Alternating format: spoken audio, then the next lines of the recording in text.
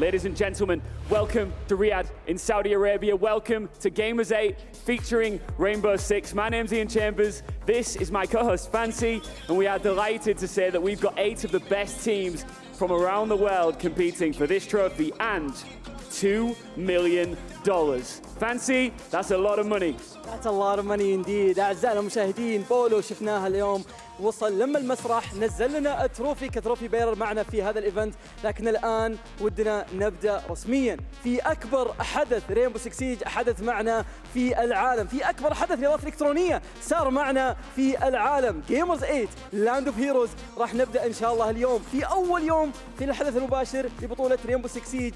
$1,000,000 8 فرق من جميع انحاء العالم تواجدوا معنا اليوم للتنافس على شرف للتنافس على يكونون هم ابطال موسم الجيمرز لهذه السنه. Hey, Fancy, you're good. Yeah. Should we bring out some teams? Let's do it. Let's do it. أعزائنا المشاهدين، أول فريق في المباراة الافتتاحية اللي راح يكون معنا، خلونا نشوف منهم، ما هم غريبين عنكم لكن نشوف منهم ونرجع لكم مرة ثانية في المسرح.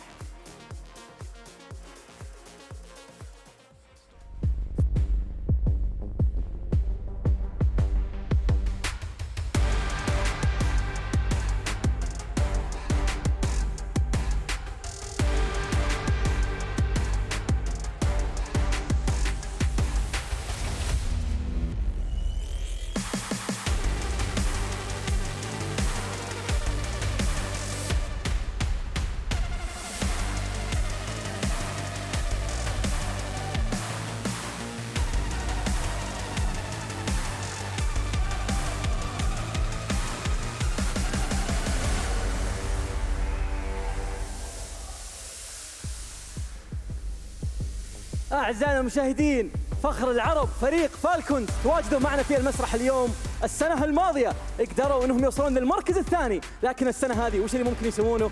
هذا اللي راح نشهده في المباراة الافتتاحية.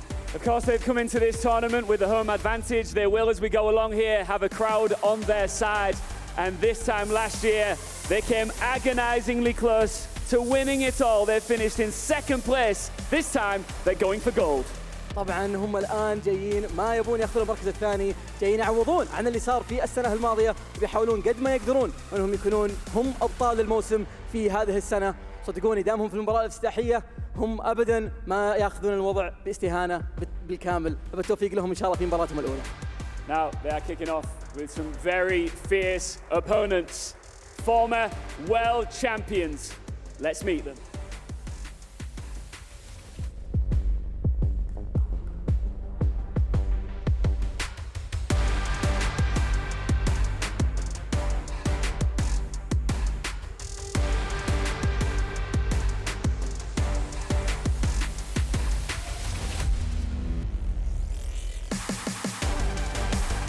Is NIP, ladies and gentlemen, NIP. They made it here to this tournament by defeating Team Liquid, and they had a very decent run at our most recent major as well. I've touched base with them before. They stepped onto the stage here, Fancy, and they're feeling incredibly confident.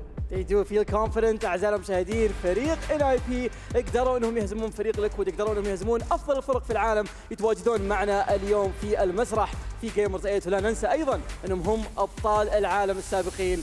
كل الفريقين ما هم غريبين عن ابطال العالم، كل الفريقين يقدروا يتنافسون معنا في المسرح في السابق، لكن المره هذه مع جائزه اكبر، مع اشياء اكثر اون ستيك، اكيد انهم بيقدمون اداء افضل. كلنا متحمسين نشوف شو ممكن يسوون. Well, our two teams are lined up. Best of luck, Falcons. Best of luck, NIP. Two incredible teams to kick us off here. We're starting strong here at Gamers8, featuring Rainbow Six, and it is now time to throw over to our amazing casters for this one. جاء الوقت أعزائنا المشاهدين أن نروح للمعلقين نتكلم معهم شوي قبل ما نبدأ المباراة الأولى. زي ما احنا عارفين 8 فرق، $1,000,000، 750,000 للجائزة المركز الأول. كلنا متحمسين نشوف من اللي ممكن ياخذها. خلونا على طول نروح مع المعلقين. Gentlemen, take your seats, and now over to our casters. Ian, thank you very much indeed. My name is XR Troika. I am joined here on the cast by none other than Demo. Demo, how are you feeling to be out in Riyadh? Here we are, back again, me and you. ready to go with Gamers8 this time, Ollie. Obviously, we got to see NIP in the qualifiers, didn't we? We were able to cover them. What a match against Liquid they had, and I mean, boy, for them being here is massive. Knocking off Liquid after the run that they were on. I'm not sure that my sleep has recovered since that match because it was an extreme game. I'll tell you one thing that has recovered, my voice. Yes, so you weren't too good last time. Yeah. 63 rounds. NIP had to play against Liquid to get here. And you better believe that they are going to make that count. Going up against Falcons here to kick things off on the A stream. We couldn't ask for much more here. Yeah, Falcons obviously a team which is now starting to rise up in popularity. We've seen them here last year. I think a lot of people didn't really know what Falcons had to offer. We've seen that on stage. We've seen them up against BDS. Then now, obviously, with how the circuit is for Siege, we see them now at our majors, and we've seen them in Copenhagen. Maybe didn't hit, I think, the momentum that they wanted to. A bit of a disappointing performance from them. Didn't really see, I think, the best that Falcons can offer. But hopefully now, we're obviously being in the home of this team, they can do some good Siege. It's difficult for Falcons, isn't it? Because they sort of go from one end of the spectrum where they're at Copenhagen and there's not a lot of expectation of them, to then being playing out here at Gamers8 where there's a home crowd. Of course. There's a lot of expectation on these people to do well. Falcons as an org have already done well throughout the whole competition as a whole. They were successful in Tekken. So there is that sort of pressure that comes on from elsewhere. And that can make things a little bit more difficult. You copy that and you look at who they're going up against here. They're going up against NIP. This is one of the best of 3 teams we've got. It's one of the best tournament teams that we've got out there. NIP are in their element here. It's the best part of a tournament for them because they don't have to worry about all the best of 1 stuff. They just come straight into the best of 3s. You come in for NIP and you think that, yeah, they're always going to be in for a chance to win a game. I don't think there's many games where you really think and say NIP is going to get ran over, because they're not that kind of team. I think best of 1 in league standings, although we know that it's different for NIP, and we've seen them fall by the wayside plenty of times, but whenever it comes to LAN environments, they are a very capable team who can take tournaments. We've seen that before in the past. We've seen them get runners up. We've seen them come close. We've seen them lift it. Can this be a chance now for NIP, who I would say they're not going in here to... I don't think NIP are favourites in this competition. I don't think you can really say that with the likes of W7M here. You've got G2 here. It's going to be difficult for NIP whenever they get later in the stages, but I think for, like you said, a team that can pick momentum, they can get just stuck in immediately and start building that as time goes in. We were having a look last night and we were checking out Falcons and who they have played previously. Obviously, coming up against a LATAM team here. In Siege, if you're not familiar, there is a little bit of a rite of passage that a lot of teams go through where you have got a rite of passage to get slammed on LAN by a LATAM team. Now, Falcons are a little bit of a buck to the trend on that rule. They're an anomaly. They've played MIBR so far as the only LATAM team they have played, and they won 2-0. That was last year at Gamers8. Everyone who can't remember MIBR went out fantastically first last year at Gamers8, bless their souls. They had a show match to play in. Somebody had to. They did get to play in the show match, but Falcons, on paper, have got a very good record against LATAM teams, but it's only one LATAM team, and it's maybe not your favourite LATAM team, Demo. I know you're a little bit conflicted over there on the MIBR. This is going to be a much different occasion here, going up against a team like NIP. Yeah, NIP obviously they've had a few roster changes since that SI winning roster, haven't they? They've lost 2, they've brought 2 players in. But you still have that main core. Pino and Muzi. You think back to Pino and Muzi at SI21, Ollie.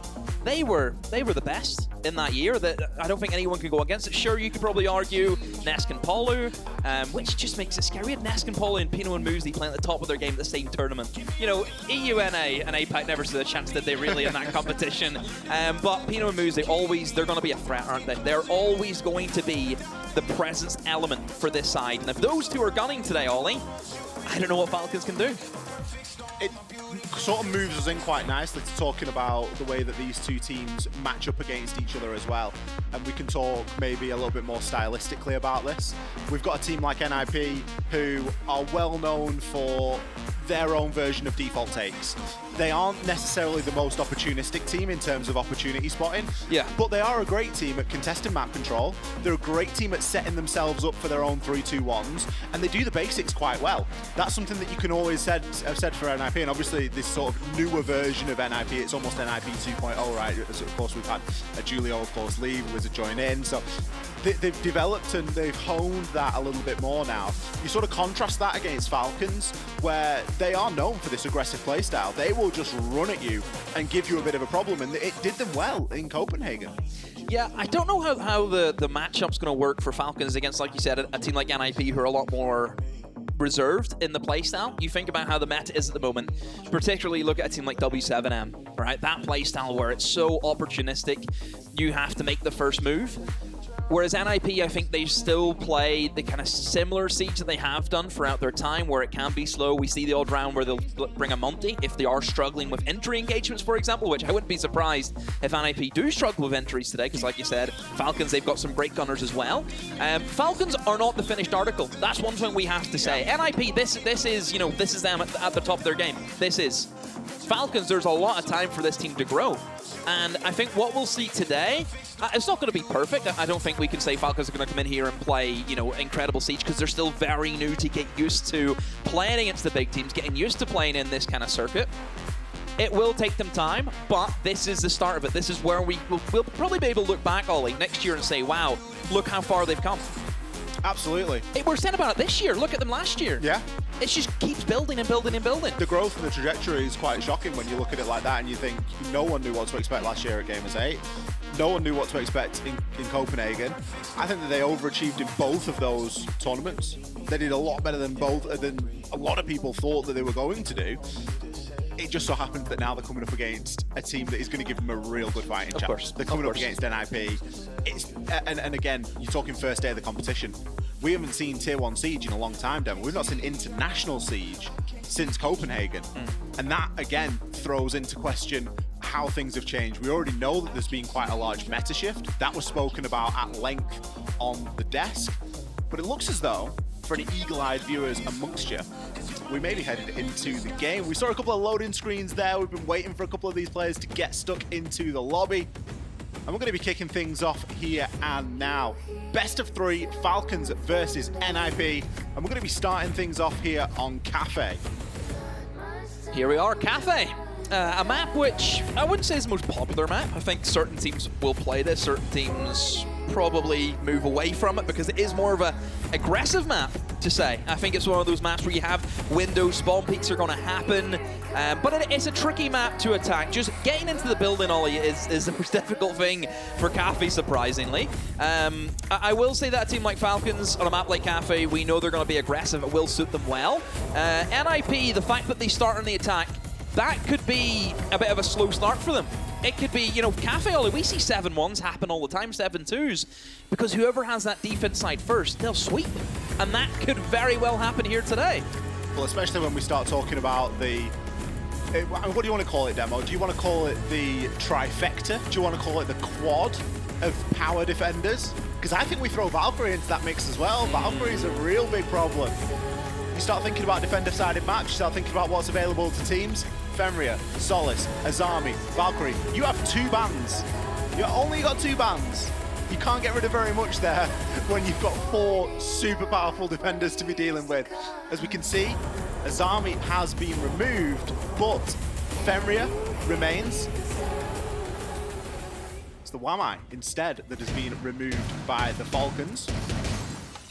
So you've still got the Valkyrie, you've still got the Fenrir, you've still got the Solace. Now, what are 3 operators that Falcons have chosen right here and now to kick things off, Demo? Yeah, they're strong. Very, very strong operator. Solace on Cafe, we know, is a nuisance. The fact that you can use the gadget to see where Claymore is going to be stacked for jump outs, for example, is fantastic. A lot of plant positions are destructible from below, so she can even have some plant denial if needed. Shall we talk about Fenrir? Shall we have a chat about him? And just my initial thoughts, Ollie. I don't think we've got a chance to actually really speak about him, have we? Talk to, I want to hear it. Very, very strong. Very, very strong. The gadget fills a lot of roles. It kind of fills the role of what Melusi was, where it would give you an indicator someone's pushing, like Legion, for example, you know, barbed wire kind of esque, where it just gives you a notification that someone's pushing. The gadget itself, being able to take away someone's vision, it's so annoying if you get caught on that. It's an annoying gadget. It's one of those traps. One word for it. Of course. And here we go. Solus, this is what I'm on about. You can check, see if there's any claymores, if anyone's there. Sadly misses the Q. But anyway, back to Fenrir. Fenrir is so good in this meta because his gadget is so good stopping rushes. There is so many rushes in this game right now. That's how the meta has developed. Over we get probably into teams like W7M, where we know they have a strat and a rush for every map ×2. That's where you'll see the real power of Fenrir. I don't know if we'll see the real value out of him because NIP, I don't think, are really the team that would go for the rushes, maybe the odd one, but like you said before, they're a much more composed team, aren't they? It's going to give them a lot of problems to solve and a lot of mini games because you've got, you know, the Fenrir, you've got things like the Mozzie. We've already seen good value out of Mozzie's pest there, being able to capture a couple of the shock drones from Twitch. We've already seen how aggressive Falcons are willing to play in the opening part of this game. I think just about everyone was at a window in the opening 15-20 seconds, looking for something that they could find. Like you say, just because you maybe don't see anyone out on the rappel as the Solus, you can still check for claymores, you can still have a look if you get that call, if you get that suspicion. NIP are making good progress though. They made their way into that top floor and it's forced Quibs to actually make that drop off. There's still a couple of C4s below threatening, but top floor control isn't going too badly at the moment for NIP. Yeah, they've got top floor quite easily, mostly because there isn't a deployable shield on the side of Falcons, so you don't have that kind of extra layer of cover where you'd see maybe like a Jaeger or something play, you know, kind of suicide position upstairs where he'll sit there behind the shield, have NIP burn through all the utility, but they're not going to go for it. They've kind of fallen off very early on, but I feel as though they probably should have got a pick before they went for the back off, because now a minute to go and Pino could just start ripping up the floor, and there isn't really any safe positions you can have in reading that won't get you killed from above. So NIP now, they just have to make sure, Ollie, that they're set up in the correct position, so whenever the sledge comes in, opens up these angles, someone's ready to catch on the pinch as Falcons run away. Wizard going to pick up the opening kill there onto J-Lad. It puts even more pressure on the C4s that are from below. The flank is being watched now. We've got Muzi on the IQ. He's able to spot out a lot of the gadgets. We haven't seen anything really come to light with Fenrir's gadget so far. Muzi got caught in it for a brief second earlier, but he's been able to ping out a lot of that utility. We can see one there just above the reading door, but look at this pressure coming in vertically. Cons, he gets caught out in the Fenrir, but he doesn't care. He's going to stick the plant anyway. Psycho from above picks up his second Joker. Got a lot of work to do now, along with O-Kills, especially seeing as the plant has gone down. Muzi, he's just occupying this space on wide stairs. He's got Psycho below. That's going to give the cue to call and the information. Pino from above, he's going to find one. And O-Kills, well, it was always going to be a tough ask. NIP, what's this power trio? What's this power quad of defenders? All you need is an IQ demo. Yeah, very, very clean attack, isn't it? Very, very clean. That's what you expect to see from a team like NIP, where they are so concise if things go to plan. Whenever things don't go to plan for NIP and they start getting dominated in that opening kill department, that's where they start to struggle and they slow down. And then we're sitting there thinking, NIP once again, so slow. But as it stands, a good first round. You look at that reading bomb site, where we've seen Ace go in for the plant, there is no position that you can have that can stop that plant without exposing yourself to the verticality above. Very similar to how maybe Border on ventilations would play out, where you just sit above, hold the angle on the reading door, hold an angle on the rotation hole. You can't do anything to stop that as the defense. You need to play aggressive if you're Falcons. You cannot allow NIP to set up like that, because they will rinse you, which they've just done that. Shows great commitment from NIP as well, because they didn't all commit to the bomb site. They knew what they needed to do. Just one plan. They had the vertical control, they had the restraint, they've got that experience. Again, it all comes down to this. Getting that top flare cleared nice and early on, giving themselves the time to be able to affect later on into the round. And it's forced a couple of changes. Recognizing that IQ is likely going to be a perma pick here from NIP through necessity more than anything else. Falcons have gone, okay, we need to change things up a little bit. We maybe can't risk the Valkyrie again because it's just going to get found. We're not going to get too much value out of those cameras. We didn't land a single C4 last round, so that isn't even sort of marrying in quite nicely. So they're going to instead opt for almost the old-fashioned tech of just a fire canister, like a Vulcan canister. Is that old-fashioned these days? I mean, he's been around for a while. There's no electronics, is it? Yeah. It's just a capsule of petrol. Just petrol, and something to mount it to a wall. It's very, very simple stuff. So they're going for that anyway. It isn't going to get caught out on IQ scanners. And what it will do is it will buy them a little bit more time. It's a great area denial tool. So if they are feeling like they're losing this top floor a little bit too quickly, they can try and use some of those Vulcan canisters to sort of stop that as well. Yeah, I would like to see them play more aggressive. NIP, you need to get in their face. You need to play aggressive against them. And I like this more. You know, being able to use the Solus to call out this information, but it's only good, Ollie, if someone's there to actually use that information and follow up with some swings. But remember, you can see if someone's on a window, on their camera, whatever it is. I'm surprised that they're not actually trying to punish NIP because they're very separate. You've got one guy in a window on you know, the west side not holding anything, no one's there with him. You can maybe run out of east. You know, there's potential here that they could go for the run-outs, but they're not going to take it. And again, this is where I worry because NIP, Ollie, they're going to do the exact same thing again. They're not going to change their ways. It's almost an action replay of what Cons did last time. Quids this time isn't going to drop off straight away. Does have a little bit more utility kicking around him this time. Muzi's got himself into that washroom position. First kill comes through. Cons. He's able to open the wall through into the top of Lumber and immediately take Quids down. Maybe he should have dropped as Wizard. He's going to pick up another onto J-Lad. A C4 is thrown. A little bit of a delay on the detonation, but it isn't going to matter. Another Dokubi call rains through. This just makes it even more pressurizing for Falcons right now. I mean, Wizard, he's in a great position just to cut off the crosses. If anyone from Falcons tries to maybe get back into the bomb site and assist, it just isn't going to happen. And that's exactly what he's done. So it just leaves a 1v5 for Falcons NIP, Ollie. It's even easier than what it was last time. It shouldn't be like that. Falcons have just allowed NIP to rinse the cycle again. 25 seconds left. O'Kills gets a glimpse and a chance, is able to take down Cons. With it, the diffuser maybe finds himself a second here, but he can't watch everything. Muzi on the top of the white stairs is able to cut him down. The Goyo canisters there even coming to the detriment of the Falcons. P9 had to push all the way through it because he got caught outside of that reading door and needed to come in. When you've got all that vertical access, you can't afford to be letting it go so quickly. Yeah. I just think O'Kill's on the Solus, he needs to be more vocal and kind of almost demand players to come to him and swing off this information. They have a C4 they can use. There's potential. You know, there's a couple of guys in reading that they could have C4'd. There was options for them, but they're allowing NIP too much control. Way too much control. One thing I will say, though, about Falcons is it's only the one bomb site they've been to. They haven't been top floor, which should be really strong for them, considering the operators that are available, such as Mira, such as Valkyrie as well. There's still potential for them to pull it back. Got replays there from that last round, not really going the Falcons' way. I think they're nervous. I think there's definitely a bit of nerves floating around. NIP look stone cold. They look icy. As much as we say, you know, home crowd advantage, there's also going to be the pressure of, you know, performing for that home crowd, isn't there? There's always going to be that weight that you have to take in consideration. It kind of works both ways sometimes. Sure, it's great to have the crowd behind you for feeling it, but, you know, if things are going down, you start to dip the head, you're probably thinking, oh, I'm letting everyone down here, but not the case. No, everyone, I'm sure, in the studio and everyone in the arena are rooting for Falcons and try and get themselves back in this game. I'm not sure if we're in a timeout at the moment, Dan. I don't know. It feels a little bit timeout-esque, doesn't it? What about the stage, Ollie? What about the stage? What an intro. I enjoyed that Bolo came and brought the trophy out. He's just here. He's living it up. He loves it. Siege celebrities. And another one, he comes in tonight. King George is joining us as well. You're for the excited week. about that one, aren't you? KG.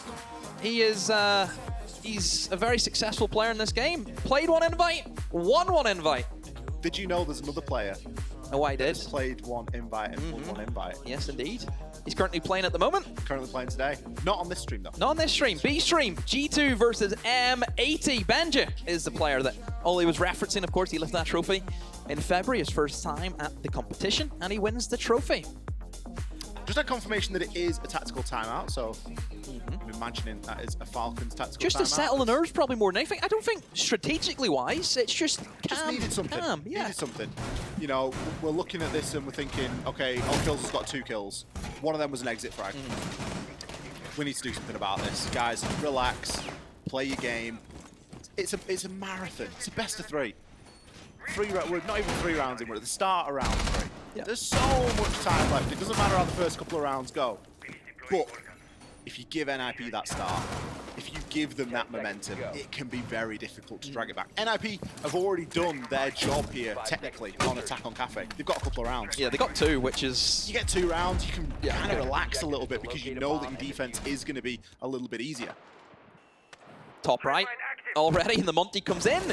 Again, NIP, they're playing, you know, a much more slower pace of Siege than what we're used to. And I think for a map like Cafe, especially Bakery, where Monty's really good at locking down the long corridors, just an info. You know, you think about, you walk into small Bakery, you can look right down that red hallway, Ollie. You can see if there's a guy peeking you in coke, a guy peeking you in sight, a guy towards the bar. All that information is great for, you know, an operator like Monty. Even just walking into Bakery, being able to challenge and scare away players like P9, who is in a, you know, a bit of a difficult position to clear out, considering that he's got a mute jammer there as well. But as I say that, mute jammer is going to be disabled by that impact EMP, and that wall will be open, forces him away.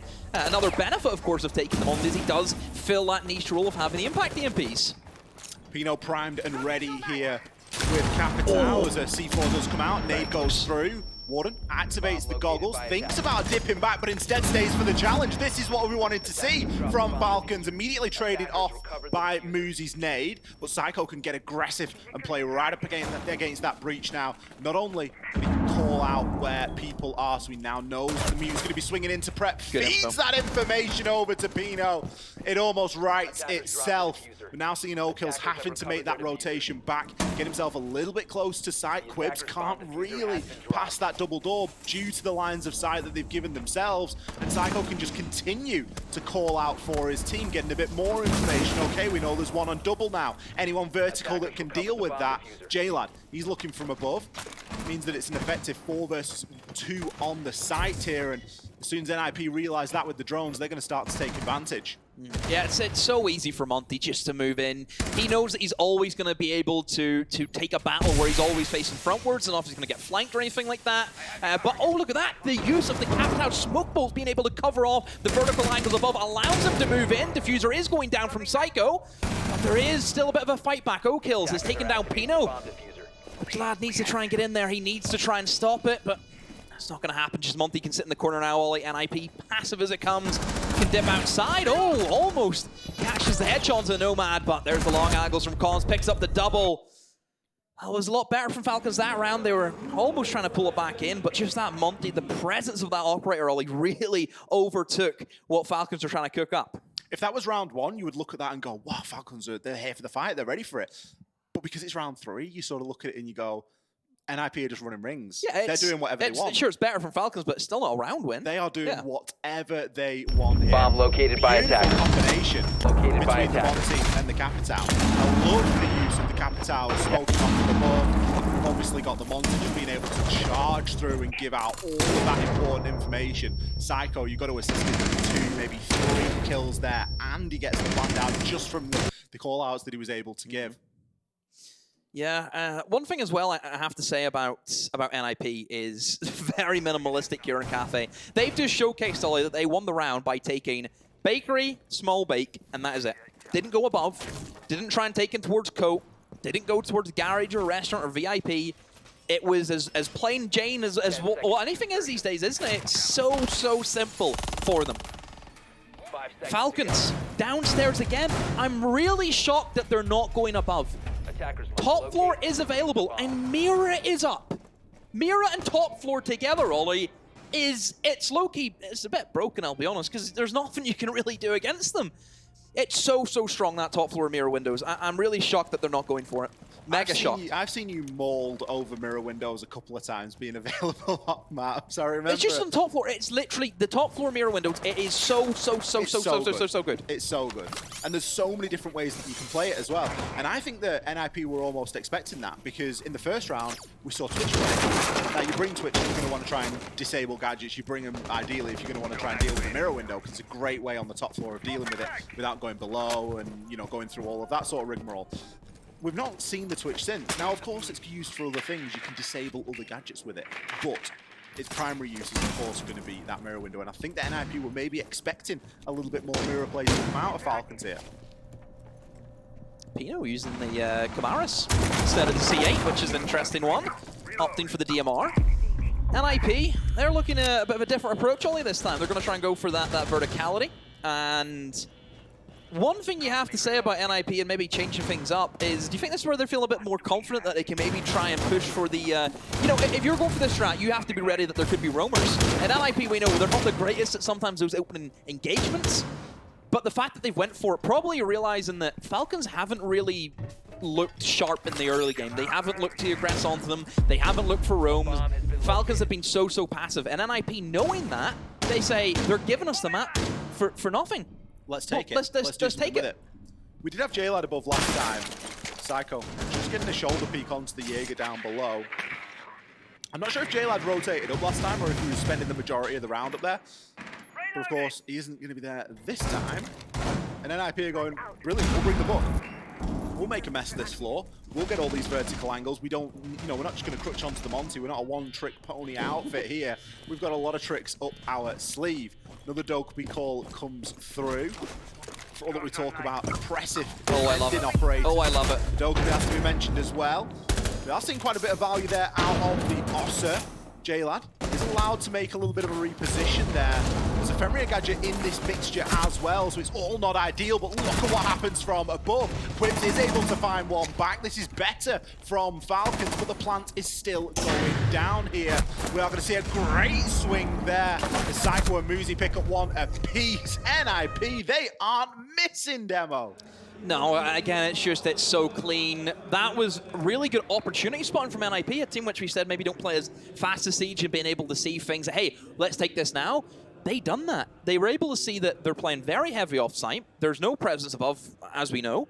And Kitchen struggles probably similar to what happened in Reading, where if you open up everything, there's not a lot of safe positions you can sit in to actually stop plants going down. You almost have to play from outside the site. You look at VIP and Restaurant, for example. We seen Quibs in there. He was able to get one kill drop, but he can't do it all. And one thing as well I want to point out is the Lion from NIP. What a strong position. Being able to lock down the long white corridor into VIP, into Restaurant, but also then he had a deadly angle ollie in through Freezer, through the doorway, onto the double door. So even covering that swing, NIP had every single position that Falcons could try and play covered. They are so mentally ready for this ollie.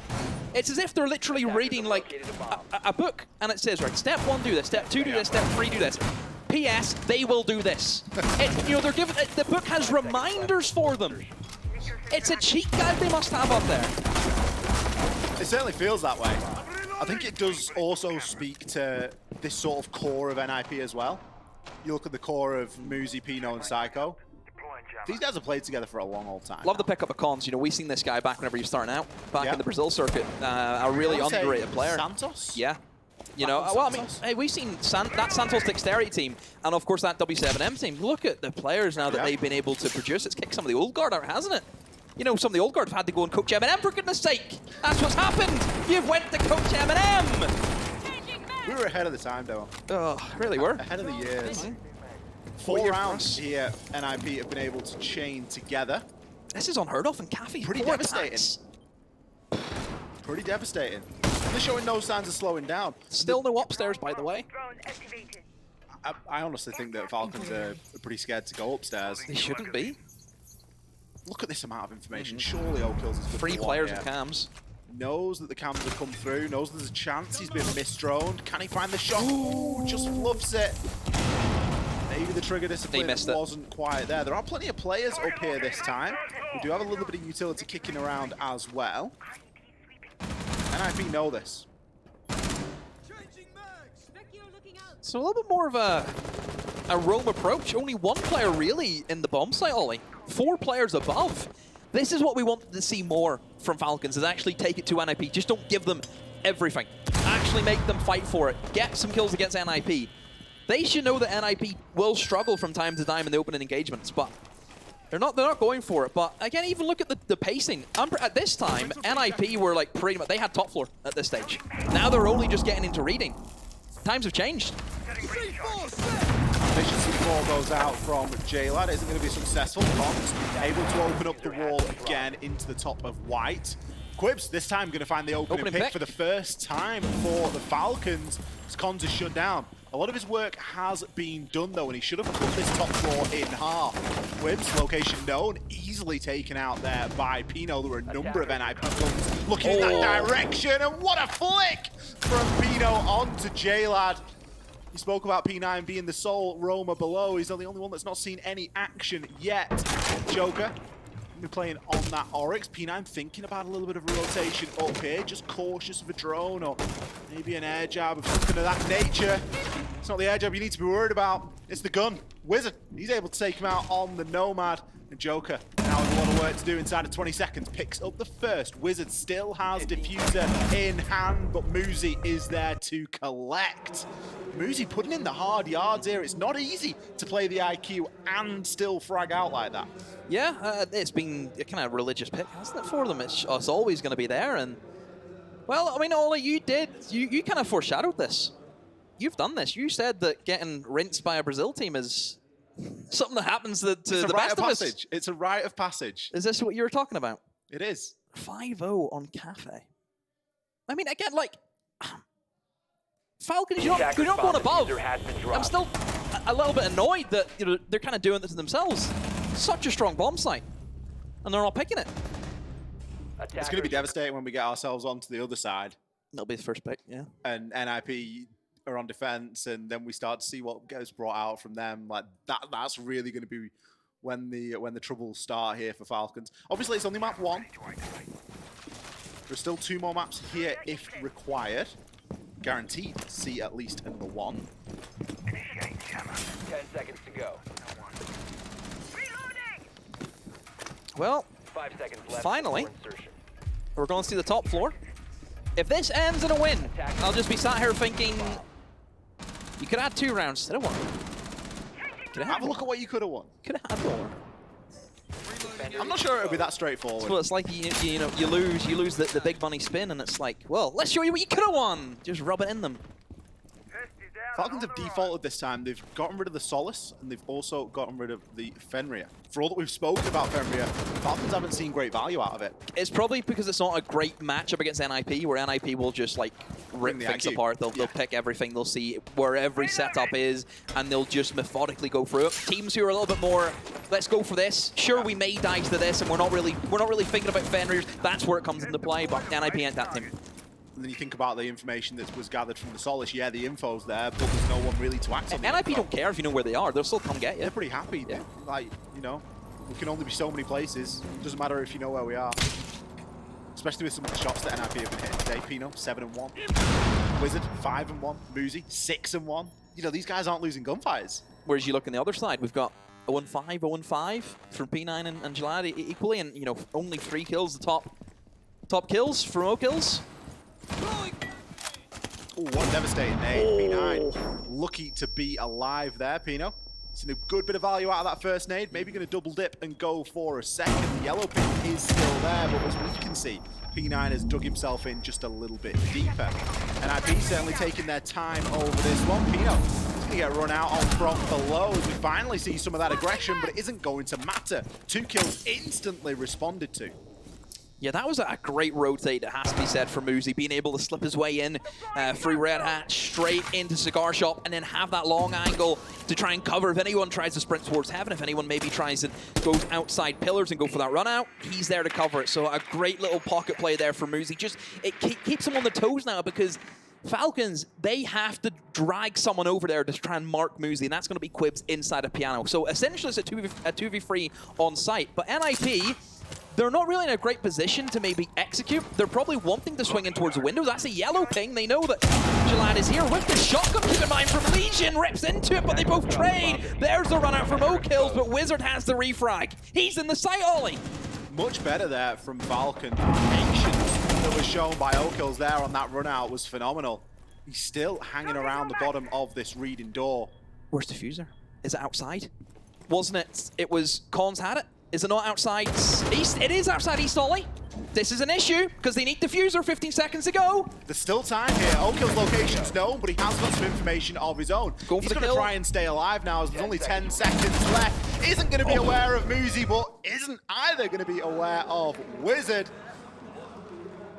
Wizard choosing the right option there to drop down and assist his teammate. They had no option but to go for the kills. 6 clean rounds, and that's the closest it's come so far. On the top floor, may I add. On the top floor. If they had the mirror, that could have been the round. Sorry, I'm getting ahead of myself. Well, they had the diffuser outside. They had almost everything that you would have wanted. You've got players inside and a diffuser outside. Yep. The only better place it could have been was on the roof. Again, just you look at what Falcons did better that time. They were more aggressive. You look at the runouts. 2 runouts happened in the same door. Yeah. Very patient as well with those runouts. I mean, Legion Shotgun's a fun one. Did you see that? That made the appearance. Yeah, I'm not sure about that one.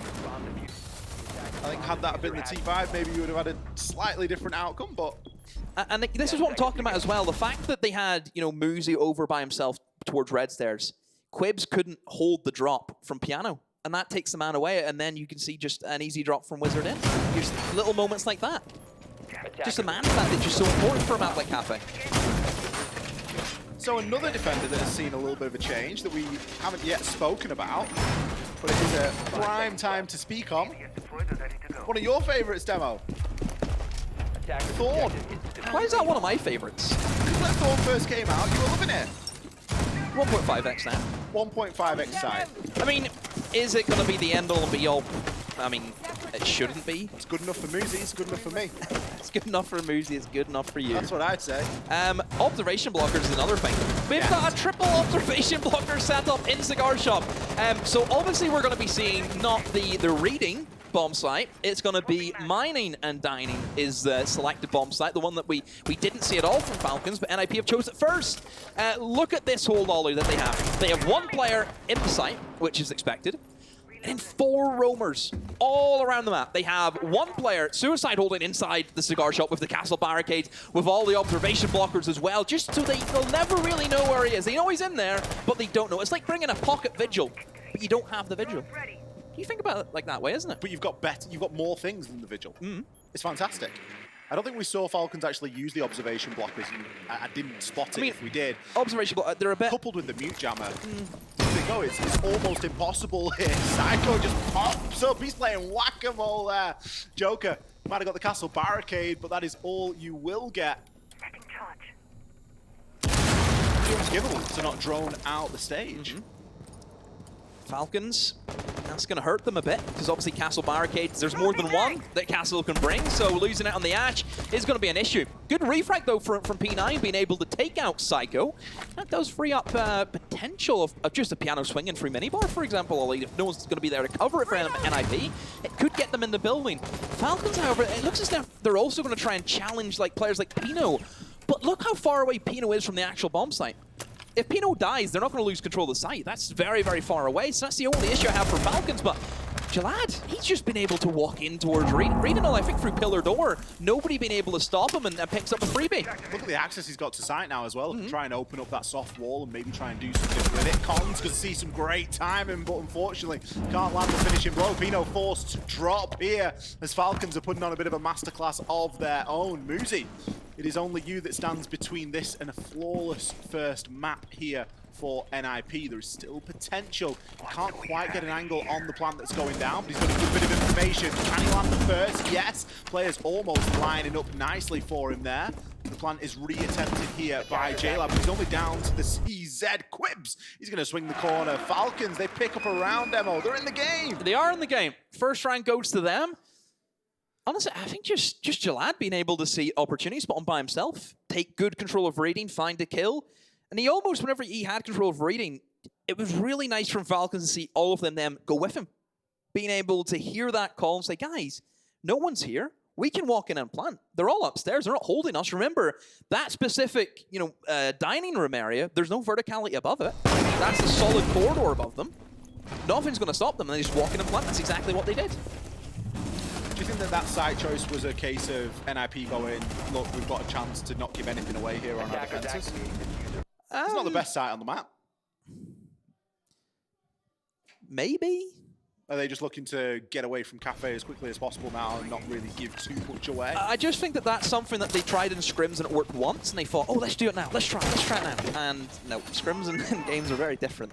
One thing I wish players understood, you know, my players right here say, oh, scrims are really well. I'm like, okay, scrims are really well, but it means nothing to me. I've heard that a few times, actually, over the course of this weekend. Till I see them do it, till they do it on the big stage, means nothing, Ollie. Downstairs we go. Down into the kitchen. NIP still in great stead here to take this first map. It's a big old mountain ahead of the Falcons to climb. They want to try and bring this one back. Look at the setup from NIP. This is as expected as it comes, I think, for Kitchen and what you would expect. You have the extension towards reading VIP. A little bit of a bakery hold as well. Echo's always going to be a good one for this, just for the sheer information. Potential plant denial sometimes happens. I must say, I like the Clash pickup. I do like the Clash pickup. Very, very strong, because again, similar to what Monty did in that long corridor, just being able to see where players are. You can say, okay, they're in small now. Oh, there's a guy Pashuko. You can go over towards Garage. Okay, there's 2 guys here on me. Being able to count numbers on who's on what side gives you very quick and early access of what they're pushing. Teams either push the back or they push the front for this side. There's no in between. If you see 4 people pushing Garage, guess what they're going to go for. If you see 4 people pushing Bakery, guess what they're going to go for. The only time you'd say, okay, maybe what they're going to go for is if you see people go upstairs. But then again, if no one's outside Bakery, no one's outside Garage, then you know they're going to go above. Very good just for that early information game. And it does quite a bit to slow down the attackers as well, and I think that's something that NIP could do with doing, especially with how opportunistic Falcons were in the previous round. As soon as they saw a gap, they were straight in there. But now, in the Clash, just giving them something else to think about here. There's another little mini-game for you to solve, and it likely is going to force you into a little bit more of a vertical take, because then you can start to affect onto the Clash in a way that it isn't going to affect onto you. Hence, we are seeing Ash upstairs with Joker, who's going to be trying to get a little bit of access open. Kills up here with him. Now we can start to drone out and get some ideas as to where players are. One thing this is doing, Demo, it's easy to I don't think Falcons really know what they want to push yet as well. Because again, I think they probably see the Clash towards Garage and they're thinking, we don't really have anything that can take that out unless they want to waste maybe 2 nades for road kills. They have to be really good nades, being time to go into the back of Clash rather than, of course, at the front where you take less explosive damage with the shield pointing forward than, obviously, if you get hit in the back. So that's one thing they have to keep in mind of. That's not going to be a good start. You lose the nades that I just talked about, Ollie, because O'Kill's tried to just solo push Bakery by himself. You've now got no way to deal with that Clash effectively. You've got to try and catch them off guard. P9 knows that somebody's there inside of Christmas. Joker going to be going for this swing now as well. A little bit of a reposition, though, from Psycho. It's Pino. He's going to be there to back him up. P9 just going to try and push his way in through the side door, but you can't do that if Pino's still knocking around. There's a player down there, and we'll be finished off with Clash's shield. A 7-1 scoreline on our opening map here. Falcons versus NIP. Yeah, all credit to NIP. A fantastic, flawless attacking half that I can't remember the last time I ever seen that in cafe attacks. Credit to them.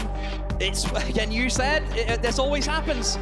You know, the team that doesn't have a lot of experience against Brazil, you will be Braziled. They got Brazil. And you know what? It just kind of happens to everybody. It's something that you've got to go through as a professional Rainbow Six team. It doesn't really matter which Brazilian team it's going to be. It could be one of many this day. It just so happened that it was NIP. They came out, they got into the server, and they looked deadly. They played their own brand of Siege today. They didn't get dragged into any of the new gimmicks that we're seeing now on these defenders, and it was fantastic to see. Demo, I cannot wait for map 2. We're going to hit a very short break. We'll be back with our desk, and they're going to set us up for our next map.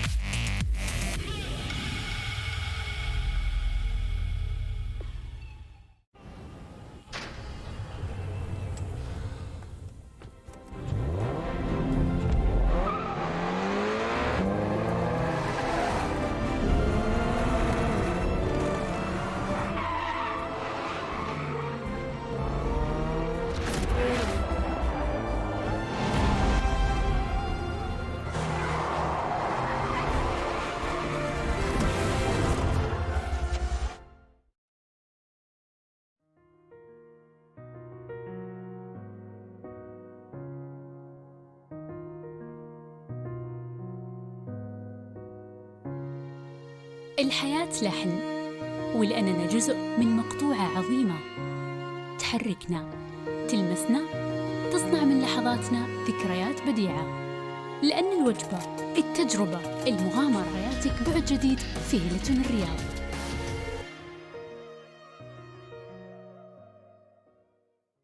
All new Honor Magic 5 Pro. Freeze even fleeting emotions in just milliseconds. Take marvelous night shots with lightning-fast exposure. The display reveals more details in bright areas with an astonishingly long battery life that just keeps going. The latest flagship chipset brings you exceptional performance. Unleash the power of magic. Honor Magic 5 Pro.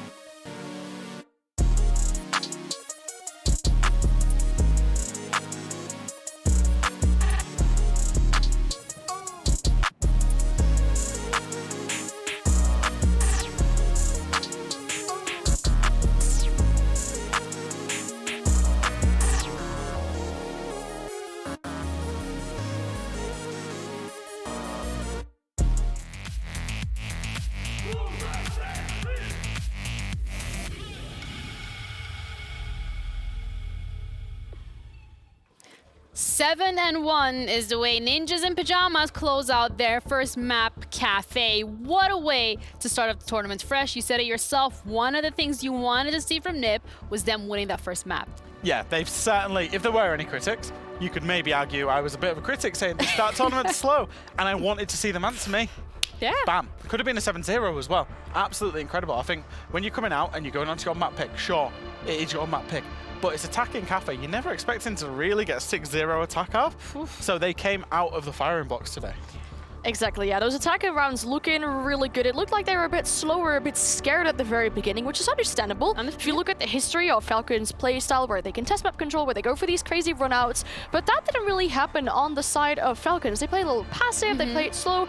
There were runouts, but not really to contest kills or get kills in the first few rounds. It took a little bit before they actually started doing that, running out on windows and rappels and everything.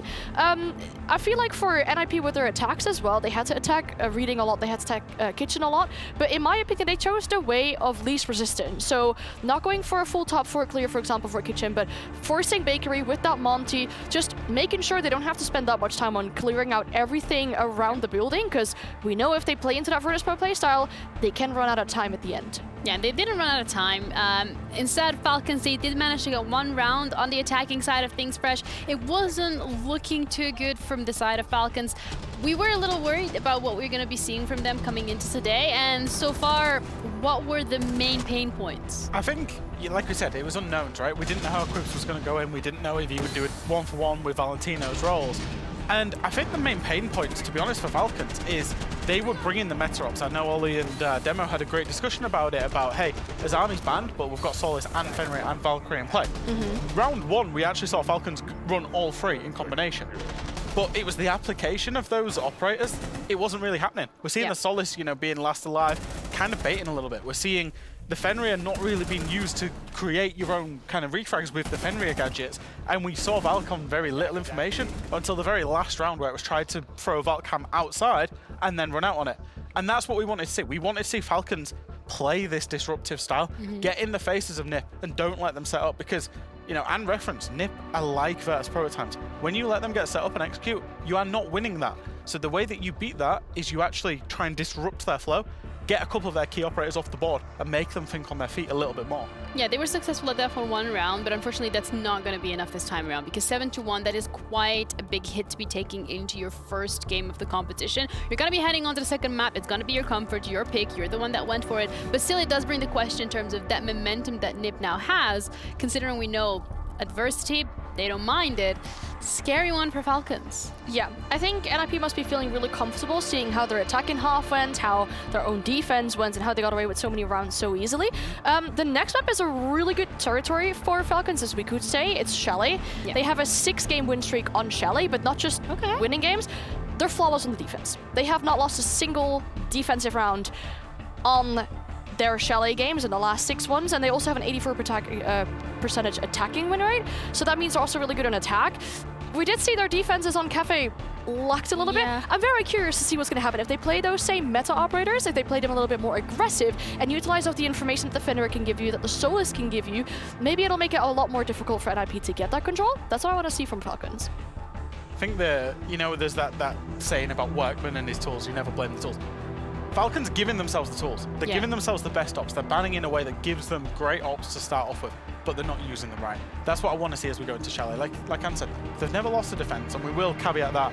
A lot of that was during the MENA League, which they are, the giants in that league. But it's a map that's their #1 preference. They love it. We want to see them basically playing the map and playing the operators the way they're supposed to be played, and not being... I felt that they was a little bit too respectful to Ninjas and Pyjamas in that first map. Not being respectful to them, going out and playing their game. Is it potential first game jitters though? Because you're saying they're very respectful to them.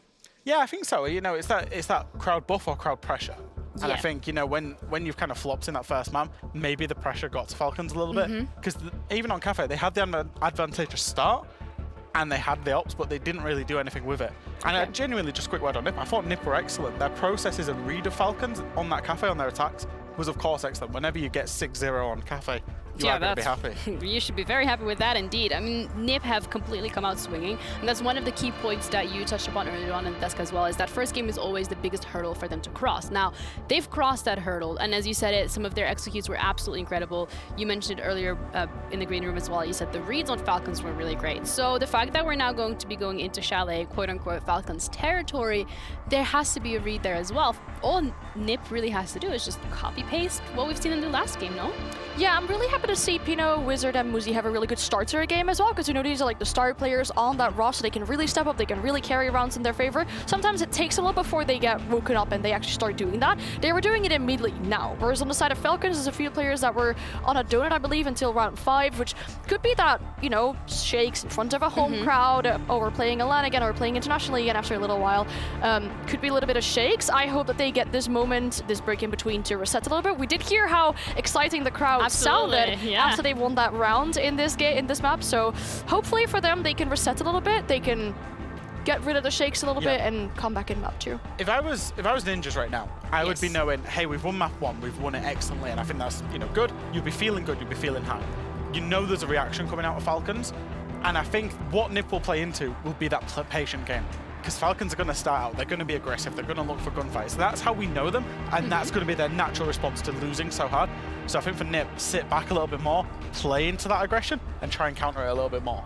It was the way you'd see them play as well. If you were spectating those players on the side of Falcons, the quick peeks, the mechanics, it is there. We know that they're mechanical players and they can play really aggressive. It's just we want to see that aggressive playstyle from them, which was lacking a bit in the last map. So they need to come out guns blazing, they need to be aggressive in NIP's faces, because as you mentioned as well, Fresh, if you let them get set up, you're not winning your late round executes. Nope, absolutely not. And it feels like basically what we're saying, what NiP did in map 1, Falcons need to replicate that in their map as well, if they even want to be able to push this onto Clubhouse.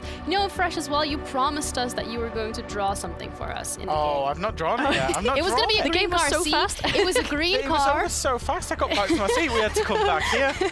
It'll be a green car. It will happen for the end of the match. Is that for you to cheer for Falcons? Yeah. See, because you didn't draw the car, that's why it didn't go as planned. That's so true. I will go back and draw that car as soon as I possibly can. Okay, we're going to be waiting for that car, because is. We're looking forward to that. We're also looking forward to Falcons on their own map pick. We said it, Chalet, it's their strength. They're good at it. We want that aggression. We want that explosive playstyle that we're used to seeing from Falcons. It also brings the question, because of the roster that we're seeing right now, because of some of the changes that have been made, is this the current dynamic that we can be expecting from them? Is this what maybe Falcons looks like moving forward? No longer the in-your-face, aggressive playstyle, but rather the waiting it out a little bit.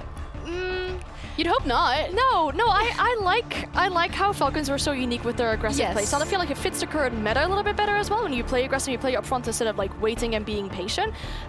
So I'd be a little bit sad if this was determining how Falcons are going to play from now on. Obviously, maybe if they think it's better, but yeah, I like their aggressive plays. I want to see it back. I'm willing to write off map 1. From Falcons' point of view, I'm willing to write it off and just get back to what Falcons It was just a bad dream. Bad dream. Didn't happen. Get back to the strength of what Falcons is, what Falcons represent, what these players are known for.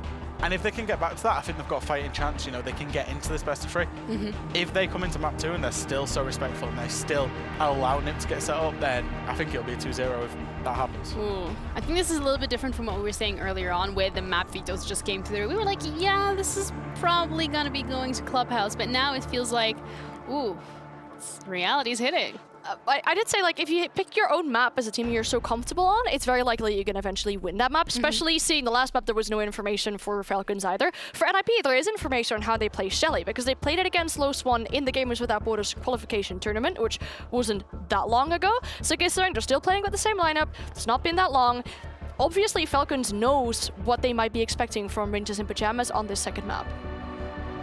Do we know what to be expecting from Falcons? That's the real question, because we came into that first map and we said, okay, there's a curveball, there's been a roster change last minute, we're going to Cafe, we don't even have stats on Falcons on there.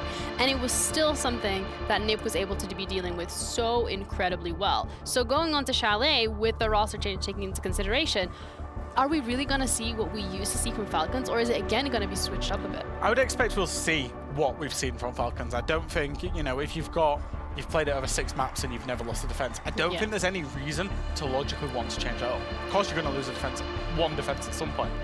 I think, you know, with the way Chalet plays out, if you're good at it, you play to the strengths on that. You play to the roam game. You play to get in face. You play for the spawn peaks and the aggression and the little lurks you can do in from the basement and everything else. It's all about the reaction. This map 2 for me is all about the reaction from Falcons.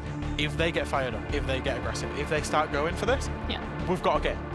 Okay. If they're respectful, we don't got a game. I was looking back at my notes because I mentioned, oh, hey, Shelly was played against Low Swan. What were they struggling with against Low Swan? Because it was a really close game. It was 8-7, I think, in overtime. They were struggling with some run play and intel game coming out from the side of Low Swan. So if that's something that Falcons can bring out today, that might be something that NIP has some struggles with again. If they can't choose the path of least resistance and they have to deal with the run play, they have to deal with the run clear, that might be more difficult, more struggles for them. So Falcons, it's about shaking off what just happened in that game 1, getting back into the headspace and just going for it. Whereas NiP, they're looking to close this one out in a quick 2-0. Are we going to be going to Clubhouse, or is this where the Falcons fall? Let's get started with the second game, Chalet, here. Ginny, thank you very much indeed. We are back ready to take us through map number 2 here. We're going to be headed over to Chalet demo. NIP versus Falcons. Map 1 did not go as expected for us. I'm sure it didn't go as expected for Falcons. Did it go as expected for NiP? They were incredible on map number 1. I would probably say no, mostly because they dropped around. That's where I would say they probably didn't see it go as expected. I said NIP, all in the last game, they had everything covered, from top to finish. Yeah, there was nothing really lacking from NIP on that attacking phase. And now they get to start off on the defense here on Chalet. We didn't get to see too much of them on the defense on Cafes. They only played 2 rounds because they got 6 on their attack, all clean in a row. In terms of the bans, let's focus in a little bit here. Thatcher and Dokkaebi both removed. Dokkaebi was played pretty much every single round by NIP. Falcons are actually going to go for removing a Jaeger. Now, when you're starting off on the attack, you do tend to want to try and target one of those powerful defenders that we often like to speak of. Jaeger doesn't always fall into that category. NIP are going to remove the Azami. So it's going to leave us with some quite tasty treats available there on that defender side. Yeah, Chalet, it's a map which is very, very common at the moment. I think in Best of Threes and Best of Ones equally, it's always going to show up. I think it's a map. Is there a person, have you ever spoke to, Ollie, that says, I don't like Chalet? I wouldn't speak to them again if they had, because I love this map demo. I don't think anyone dislikes this map. It's a great map. It's one of those. Like, you can, like, people say, oh, I hate Club. I hate Oregon. Never heard I hate Chalet. Never heard a bad word about it. Never. You know what? Chalet is like the Siege map equivalent of Tim. Never heard a bad word said about him. It's true. Chalet, fantastic map here. And we're going to be headed into round number 1. NIP starting things off on the defense. We're going to be taking us downstairs into the kitchen, which of course requires a little bit of a top floor hold. Of course it does. Verticality is a big thing, just as equally as what we were talking about in Cafe. Look at all that wood flooring. All of that can be opened up. You can hold the angles into kitchen. That little half wall, that little plant pot area. Wait, who's observing this? Which one is it? Which one of the twins is it? That's got to be Medics. Oh, it's a Medics. If it's a spin, it's a Medics. Spin. Yeah. I call them the twins now. That's what it's got to. The both of them. But yeah, it's all about holding the top floor. And of course, for Falcons, that's what they're going to want to try and go for, is that top floor. You have the sledge, you have verticality. But look where the sledge is, Ollie. A place that we wouldn't expect to see them, going in below. Yeah, it could just be setting up a little bit of a flank cam, maybe just looking to see if they can find anything for free initially. You are going to have to focus that top floor. There is no two ways about it. You look at what NIP have brought for you to play around as well. 4 barbed wire, by the way. We've got the Fenrir for the first time on NIP. The lack of the Jaeger being available has switched Wizard onto a Wamai. It's not really a bad thing in reality. Obviously, you lose out on those observation blockers. I'm not sure, it's a bit of a stretch to say you banned a Jaeger for an observation blocker, but it's almost another tick in a box of why you would ban an operator.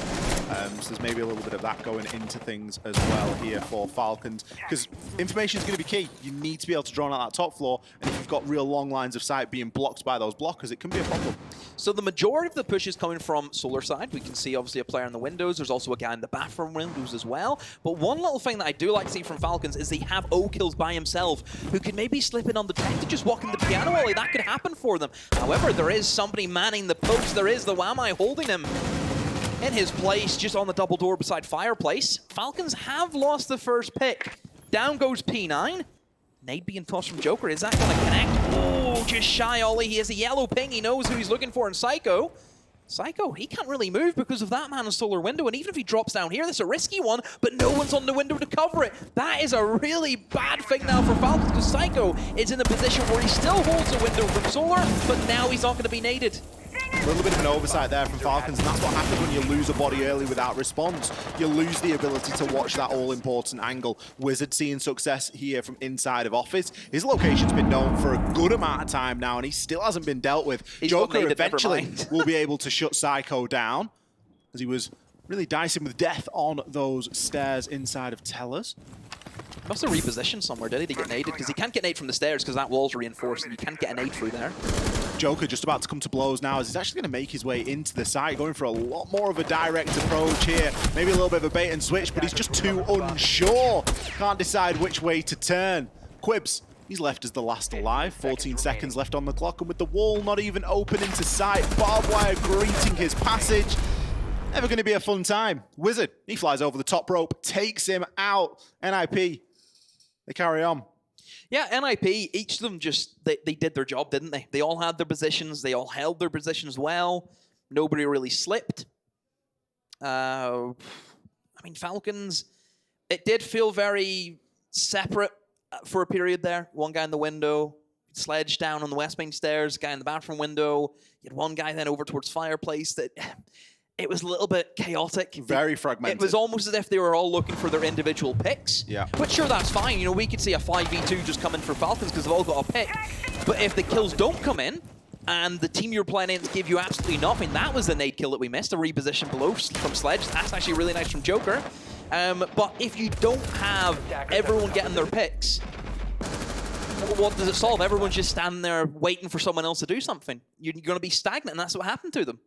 Joker did a good job there with the nade, but you would want a little bit more out of that. Typically, you want a book playing in that position so that they can shoot through not only the first floor, but the second floor as well. You go into big garage, and then you open up. And then you can start to really create some lines of sight. But the downside, of course, on the book, you don't have the nade, so you're not as effective at getting that kill. But the flip side of that is you maybe need to dedicate 3 people to it, 1 person on solar, 1 person on the window, watching the bottom of the stairs, and then the book from below. Arguably, I'd bring both. Is the gridlock needed? And a gridlock and Nomad? You could definitely fit both the sledge and the book into the lineup, that's for sure. Downstairs. This is where we head to now, Ollie. And this is really strong sight for operators like Kaid.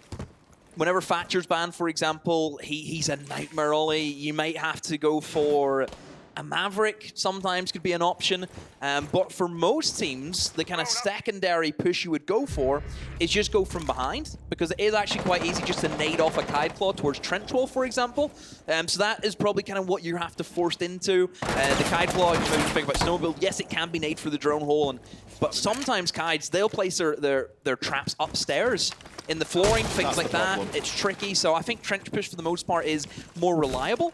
Once again for Falcons, they lose the opening pick. This is a recurring theme. This happened in Cafe. It's happening here, Ollie. You'll not win many games if you don't have the opening kill. It's very rare we'll see a team dominate an opening kill department and not win the game. Last time I remember that happening was back at SI21 with the APAC teams where CAG were winning every engagement, but they couldn't close rounds out. That's how far back we're going. And when it's 2 of the 4 nades that you bring in, when you look into those nades to remove Kaid Claws, remove power positions, remove pieces of utility, it becomes a little bit of a problem. You're much more limited now in what you're going to be able to do. As such, it has slowed Falcons down quite a bit. They've still not got anything open. They've actually rotated, and we've got Quibs inside of this big garage. Not sure if that is a player at the bottom of West Main stairs or if Kaid's tucked into blue there. I think it's possibly the latter. Just tucks himself in. We do still have Wizard up off site. And Cons, I mean, he's playing a pretty risky position there with the shotgun. He's just playing for 1 kill in his life, potentially. He's happy enough to do so. I mean, it's a tricky one, Ollie. That shotgun in the CQB environments. It's tricky. Is the swing going to come in? Oh, Jamad takes a bit of damage. The smoke just to try and give Cons a bit of leeway, maybe tries to push back, and Nade's going to toss in behind him. Caught that sprint forward, a great swing. Brilliant from Falcons, pushes him forward. Great swing from Jalad. NIP lose a pick and lose another one. P9 will jump on top of that, but a down comes in. A great pick from Pino, just to slow down the tempo of Falcons now because they need to get that revive.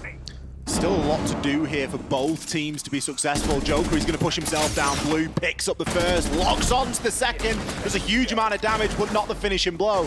Pino, he's left with only a sliver of HP. He's going to go and confirm his kill, because we know that kills are important in this tournament. The flank goes down, the nade comes through. Beautifully timed there from P9. You add the information there from Joker being finished off inside of blue, and Falcons find success downstairs. That nade to push him forward really made that round for me. I love that. Great little bit of teamwork. Love that. And I thought that Cons played it really well as well, because he had the pre-placed just to get him out of cover, yeah. He got a little bit unlucky on the shotgun shot, I think, at first. I think a lot of that got soaked up by the door frame, and only a few pellets actually made their way to the mark. But the crossfire that they were able to get was fantastic. It was the case of Jalad knew as soon as that nade explodes, you swing for all your gut, because he had to move out of his position. He has to reposition. And you know, even got the stage, Cons actually sprinted. It takes him out, you know, takes him into that animation. That was the issue. But he needed to move. Of course he needed to move, yeah. That's where they've outplayed him. They force him into an unwinnable position. Brilliant work. Love it from Falcons. I love Pino going to confirm that kill. Because in the back of all these players' minds... we haven't got to this yet, Ollie. In the back of all of these players' minds is... There's a big prize if I get the most kills. Bit of dosh. A big prize. You don't even have to be on the winning team. Now, obviously, it helps because you'll have played the most games. Yep. But if you just have live games every now and then, you have a couple of live games sprinkled through the week. Bit of bait here and there. You wait until you get some of the teams that are known for it. I think one of them's playing right now. I think probably is. On the other stream. Scotsman, perhaps. Doki will have his eyes on it. Oh. The thing is, I was thinking about this earlier. Sure, you know that. I don't think there's any player on G2 that will win the most kills because they will all get a lot of kills. I mean, I think Fabian will drill in if any of them are trying to play for stats. Yeah. Fabian will go through them. I think we know that. You know? Maybe Spoit. Spoit's got a chance. Would Budega be a little bit more relaxed, do you think? Yeah, potentially. Depends if you're winning or not. If you're True. winning, it doesn't matter. Winning, you have you know. Do whatever you want, yeah. So if you start losing and you're still going for kills, that's you're just going for those confirms. NIP haven't really been pressured over this hole. They've defended in towards Piano. They've done that extension. Last nade from O-Kills is going to miss its mark. Psycho using that rotate, slips out. The upside down repel wall, that's a very tricky one. However, you can actually kill, see the man upside down repelling, you can kill him from bathroom window very easily. That's the only thing you have to worry about. And Muzi was actually looking for it, but he got off the repel. Quibs is keeping an eye on those windows as well, as we can see NIP there just slowly dipping themselves back, but Joker could be in a great position to play backstab, but just get called out on the proxy. Now walks backwards into the frost mat. Oh, why is it there? What's going on there? What's Pino doing outside in trench? What's this? He's gonna find the guy in the frost mat, by the way. Pino's been searching for some kills he could do with maybe confirming that one for his teammate. Never ideal. You don't expect a frost mat to be there, not especially when you're attacking upstairs. Proxy threw him off, didn't it? Scared him a little bit. Look! One of the best ones. Freebie picked up there. O-Kills has an option to try and recover this diffuser. Potentially going to need it. Up against this 3 versus 5. P9 seeing if he can find anything, but just gets caught out on the wide swing. Just feels a little bit lazy there from Falcons. We've still got a little bit of information at the fingertips here. You've got the Iana, you've got the clone, you've got a couple of drones knocking about. You can't be affording to give yourself away in these 1 versus 1s all the time. Granted, one was a frost mat, but realistically the rest of them haven't been proper gunfights with that ability to trade. O-Kill's going to hop himself out, immediately greeted with a castle barricade. Not what you want to be seeing with only 20 seconds left on the clock. Quibs trying to find something on the swing, but look at how oppressive this clash can be. His teammates don't even need to peek. Pino's going to single-handedly lock this round in for his team. O-Kills puts a couple of cursory shots here and there, but this round is all but done.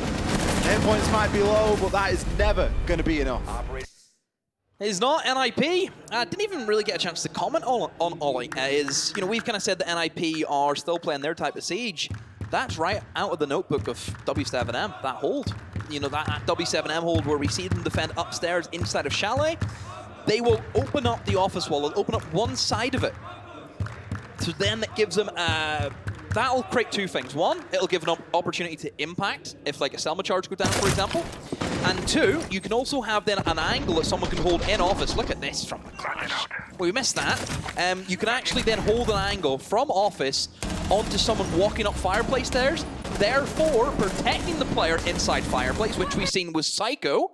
You then also have the shield inside of blue corridor looking at blue stairs, so you have every single angle covered. You also have angles covered, so even like a long angle from the shield will be able to open up and look in towards reading as well. It's the same thing that W7M do, so NIP also adapting that, and honestly, don't be surprised if we see more of that, because that's what everyone's doing these days. W7M, they've set the meta. You know, they've set that trend. 5 seconds remaining. A lot of teams following in their footsteps as well. Rightly so. And a lot of teams, you know, developing that meta alongside of them. It's W7M, but it's a wider spread of players on different teams that are bringing these ideologies in. Even you look at G2 Invite, very similar playstyle as well compared to what I think G2 were notable for, was, you know, Fabian's playbook. It had to be like this, Goga plan, yada yada yada, the whole spiel of that. Times have changed. Have indeed. Downstairs we go. Bar and Games. Now this is where you would expect to see a Frost, but NIP being the big brains they are, they've not played the Frost this time. It's too predictable then. We're going to keep things moving here. Instead, they are going to once again showcase their absolute love and adoration of the 1.5 times sight. These guys cannot get away from it. He's took a bit of damage from the Thorn Trap P9, so he has, from the Razor Balloon. Pino, opening kill again goes in favor of NIP. I'm really worried about Falcons in opening kills. I've maybe recorded, what, 1 opening kill, and that was in Cafe, and that was it. That's the only one I can remember so far. It's not a good stat to have, not a good stat. I would say that Falcons, you know, operators like Ying, for example, is available to them. They're not bringing that into the fray of things, which is surprising because Ying is, Ollie, so strong. Especially for clearing out areas like Fireplace, reading, stuff like that. Just get them in the building. That's where Ying's really good, is just to get them inside. Well, especially when you ban the Jaeger. Put some pressure on the Wamai. Of course, like obviously, like you have Warden, for example, which is such a strong operator Ollie as well. There's only one Warden though. I know. There's only one pair of glasses. He's still so, like Ying's still so good. So good. A little bit of damage there coming in onto J-Lad. Will eventually be downed and finished off here from Muzi. Another occasion where a couple of kills go in favor of NIP before we see any sort of response from the Falcons. They seem to be fighting a lot of these rounds 5 versus 3 so far. There's a bit of information here for Joker. Just needs to have the confidence to hit that swing, but he knows there's someone likely on the stairs as well. Gets caught out now in the Fenrir, struggles to find it initially. Very fortunate that the players from NIP have since dropped off. It's Fenrir, just even look at that, for example, the aspect. It does make you panic a little bit, doesn't it? It's that kind of, oh dear. Oh dear. Yeah, I'm a second away from being on a camera, right? Yeah, and you know, very fortunate everyone from NIP left, but again, NIP, they've done the hard job, they've got the opening kills, they waste it all the time. All NIP need to do is just wait and just play off each other, trade. Literally, you can bait each other now. Yeah. They say, I'm going to bait you, just so you confirm the kill. Pino doesn't need to bait anything. He's just hiding out at the bottom of the stairs. Maybe finds himself a second. No, Joker. He's going to strike for first blood here in the final 15 seconds for Falcons. O'Kills gets himself into an engagement, but loses out to Psycho. And Wizard, well, the barbed wire going was the indicator, the only indicator that he needed. NIP, another fantastic round from them here on Chalet. It's really well played siege from NIP. There hasn't been really any issues today that you can pick up on. It's been almost perfect. I think just the fact that they lost the one round on Cafe and the one round here. We're not seeing them slip. I think that's the nice thing. We're not seeing them get too confident, dominating too cocky. The opening kills, which is so strange for NIP. It's very relaxed. You know, we're not seeing the kind of, sure, they're winning, let's just take the heads off and just run around headless kind of style, which some teams can almost fall into that trap. They're here to play. It's as serious as it comes. They are just playing their siege. It's their game. Falcons, it's really difficult for Falcons whenever NIP are playing so well. So well. Because any team right now would struggle against NIP. Goes well for the rest of the competition. Yeah, and also if this is the sort of level that we're going to be seeing out of teams, I'm here for it. And all of them from NIP are playing well today. That's the other thing. They're not losing gunfights. Everyone's hitting the shots. Muzi, 3-1. Cons, 3-1. Pino, 4-2. Psycho, he's had a round on a clash. You know, we can give him a little bit of a pass there for being the only player that's negative, but only negative by 1. Still plenty of time to catch up. It's a bit of a brava. Will hack the lobby cam, which isn't actually too bad for them to have, because that will give them a lot of access to see if anyone's maybe flanking towards lobby. Obviously, you can see if anyone's playing Fireplace. That's good information to know straight away. Okay, they're not defending Fireplace. We know that's going to be a good position for us to get into, start opening up that office wall, for example. Last time they attacked this, Ollie, we've seen Falcons almost try and kill everyone on the top floor and then go for the push. You don't necessarily need to do that. This bomb site, you can open up the office wall above, which stops any defenders playing the verticality. You can then open up your kitchen wall yourself and plant. That's it. The main reason why you go above is not to exploit the verticality yourselves, it's to deny players such as Wizard having that exploitation of just killing someone as they go in for the plant. This is better for Falcons. The better structure has to be said. I much prefer the approach here from Falcons. I think bringing the Lion, bringing the Brava, it's good to get those tools into your arsenal. You're now able to give these defenders something to think about. They've not got as free a roam as maybe they have previously. The Nomad's not really doing all that much in reality. It isn't stopping them from being flexible and from being able to make these rotations. Flanked as well. They're easily able to work their way around those things. Wizard, push back into Piano a little bit. He does have a bit of support up on this top floor. Cons is keeping control of the site below. The Lion Scan comes in and the stuns. Wizard, he's full white flashed. Not a lot that he can do here. Can't really see too much. Gets a challenge. I'm surprised nobody hopped in through the window. Oh, kills you like 5 seconds too late, my friend. One big issue that I'm seeing from Falcons is how are they going to get rid of the Kite Claw on the kitchen wall? or the dining hall. That's what they're running into, Ollie. And because I think they know that, that's where they're trying to go above. This is the issue for them. They don't actually have a feasible way because they've dropped all their nades for this push, Ollie. They've no nade presence. Muzi and Cons find one apiece. Muzi taking advantage there of the Fenrir trap. Psycho is going to put Quibs into that 1 versus 4. Quibs location known now. It's only a matter of time. Muzi, a little bit of an ego challenge there, but you can't really blame him for it with 35 seconds left and a lot of kills to find. Quibs is in a bit of a tough situation now. Is there a frostmat on the window? Do you risk it on the hop-in, or do you just try and bait and find one from outside? The camera here got hacked at the start of the round, so he knows that anyone is there. His team have access to that camera if it is still up. Going to instead maybe look to try and deal with the player inside of bathroom first. With only 15 seconds and no diffuser, it's not looking too good. Pino, he's going to be the next player to fall, and as if on cue, you can see the players scurrying down, getting themselves out of dodge. Nicely dodged the frostmat, but we know that that is not going to cut it.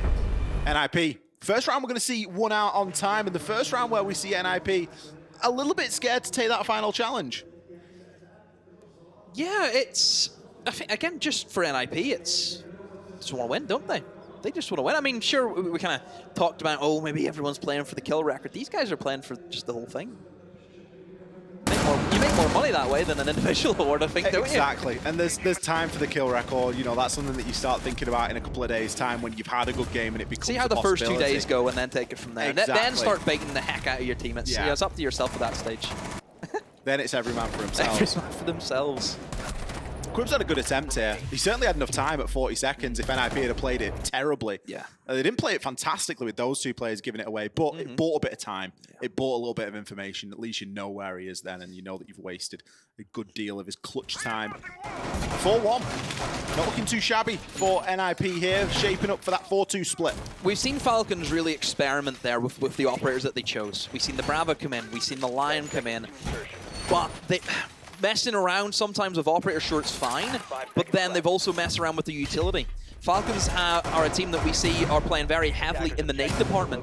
They've tried to play around without nades, which is something that we know that they almost kind of need to have for them to really have an impact. We've seen a few nade kills from Falcon this game alone, and the way they've used the nades has been very strong. So then why take the nades away? You don't want to be switching out the nade operators for like a Lion. You want to be switching out. You want to be switching like the Nomad for the Lion. Yeah, the Nomad for me is a real weird pick. Like, NIP have not flanked once. I just don't see it fitting into the lineup, and you can't be bringing it for the stuns at this point. Like, it just doesn't matter that Lion much. Gets stuns. You haven't got a Jaeger to worry about. So many people get stuns. We're not seeing a Rooney get played. We've got a couple of magnets. Like, that's it. So, a little bit of a strange one to see such a insistence on continuing to pick into the Nomad. W7M hold again for NIP. And NIP are just, they're doing the same thing over and over again because they know it works. NIP have not looked pressured, really, have they? No. It's very one-sided, Ollie. Very, very one-sided. And keep in mind, we would sometimes say, Shally, this is pretty favored for the attacks. It can be, yeah, absolutely. Not today. 4-1-1/2, potential 5-1. Look at the clash. Even moments like this, it's just NIP, they know everything. This is scary how much they know. Who's told them what? Pino providing great value on the clash yet again. Not only did that just cause a little bit of distraction and annoyance, but it freed up the player inside of library. That's who you're looking to try and keep safe there. It's not about going and shaving. Because he's holding the angle for it, yeah. It's not about going and shaving a few hit points off the defense, off the attacker. It's about being that distraction and not allowing your teammates to get heavily focused on. Joker going to find himself at the bottom of these main stairs. But look at Pino, he's got the window open. No one's worrying him out there. He's got great line of sight to see what's going on. They can't touch him. They can't. They've lost the nades again. Like we mentioned before, the nades need to be so precise to kill a Clash. Just throwing it at Clash. Clash will walk away, take 20 damage maybe at best. So easy for Pino. I love this kind of aggressive play that we're seeing from them here today. And, you know, Jalad can come up and try and repel all he wants, but it means nothing. They can't go near him. Yeah, just play a little bit further back. You know, you've got your teammate here ready to peek if needed. We've got some support from below as well. That was going to be a nade attempted.